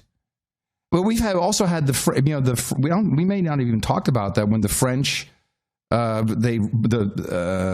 employees bum rushed the HR guy at Air France KLM and tore his shirt off because of similar issues. This is where you see how the economy is falling apart. Yeah. It truly is. These are big deals, and then you get add in especially Lufthansa, and then add in Deutsche Bank and getting rid of 35,000 employees. How's Volkswagen doing? How are all these guys doing? This cannot end well. This is not going to end well. I'm just wondering how it's going to end. Now you've always said 2017 is when we'll be right in the middle of it. But is this not kind of this? Are we not tipping over now? Doesn't it feel like 2017 will be right in the middle of the depression, which is not a big depression. It's a big worldwide depression, but it's not a long depression. Okay. But it'll freak everybody out, and everyone will think it's long. And that is the thing that triggers the real problems. This happened in 1937. This is the match, the 80-year match. And when you end up with this, the situation that happened during the Great Depression, which was mishandled, which is why it lasted so long to begin with. And then the 37 second crash kind of took place after a little run-up. That, I think, triggered pretty much all the World War II was kind of underway. Or there's a lot of Hitler was doing some police actions. He was doing a few takeovers here and there, but all hell broke loose a couple of years later after the 37 incident. Now you have a second clip for this Lufthansa thing. Do we want to play? Yeah, I do. I don't know what it says, but it's probably it says a kicker. So you need to set it up. There's a kicker on there. Yes, there's a kicker. Passengers unfortunate enough to have booked Lufthansa flights departing after 2 p.m. faced confusion at Frankfurt Airport. Many of them had little or no time to make alternative arrangements. We only just found out our flight has been cancelled, although it was still being displayed on the board, and it's still scheduled for departure on the Lufthansa app. It's very annoying. Now we've 10 minutes to catch a train and hope we'll make it to Hamburg on time. Well, we had planned, we had to change it, but at the end it will be okay. But it was very stressful, let's say, during the week. I don't understand the problem. They should just hook up with the migrants and walk. They should just walk to Hamburg. Just walk. Here's the kicker. The Lufthansa app didn't give them the updates. What good are these apps? I've seen these apps. I know. Give you the updates. I know. The app, this is a lot of craps. That's what I call them. Crap app. They're just craps. Just call them craps. Yeah, like the Violet Crown Theater. Yeah, there's lots of craps. Well, before you play I'm sorry. All right, I was ending the show. I have the one little funny clip at the end. Okay. Bush eats nails. I just got to get it out of the way. Okay, and that will be our last one. But just talk about your resilience, because some people don't think you know how to fight. Man, they don't know me. They don't know me. Did you sign this too, Luke? I eat nails when I wake up, and then I have breakfast. Where does it come from, your ability to fight back from adversity? Oh, it's just, I'm a grinder. He's on Grindr? What did he say? He said he's on Grindr. He's on Grindr. All right, everybody, you heard it here first on the No Agenda Show. Jeb Bush is on Grindr. Dynamite. All right, please remember us at Dvorak.org/NA for our Thursday program. Who knows what we'll come up with? Maybe some Facebook news. It's astonishing what we come up with. Well, it's true. Oh, my God. All right. Anything? Do I need to watch? Isn't there a game? Isn't there a great game on today? Is it Dallas versus somebody else I should care about? No, the games today aren't interesting either. I mean, probably yesterday I thought was going to be a good game. I mean, you didn't get to see it. Was LSU Alabama, but that turned out to be kind of anticlimactic. Oh, okay. I don't think so. No, you're good to go. Good to go? Yeah, you can go out and hit the town. Go listen to some music. Have some dinner. Okay. Thank you. Out of the house. Thank you. I appreciate that. Is it raining? Yeah, it's a little drizzly. It's not great. No. That's perfect for a nice meal. Coming to you from FEMA Region 6 here in the capital of the Drone Star State, downtown Austin. Good morning, everybody. I'm Adam Curry. And from northern Silicon Valley, where it remains gloomy, I'm John C. Dvorak. We'll be back on Thursday right here on No Agenda. Oh, but at the end of the day, they're backing him. They're backing. Come on. At the end of the day.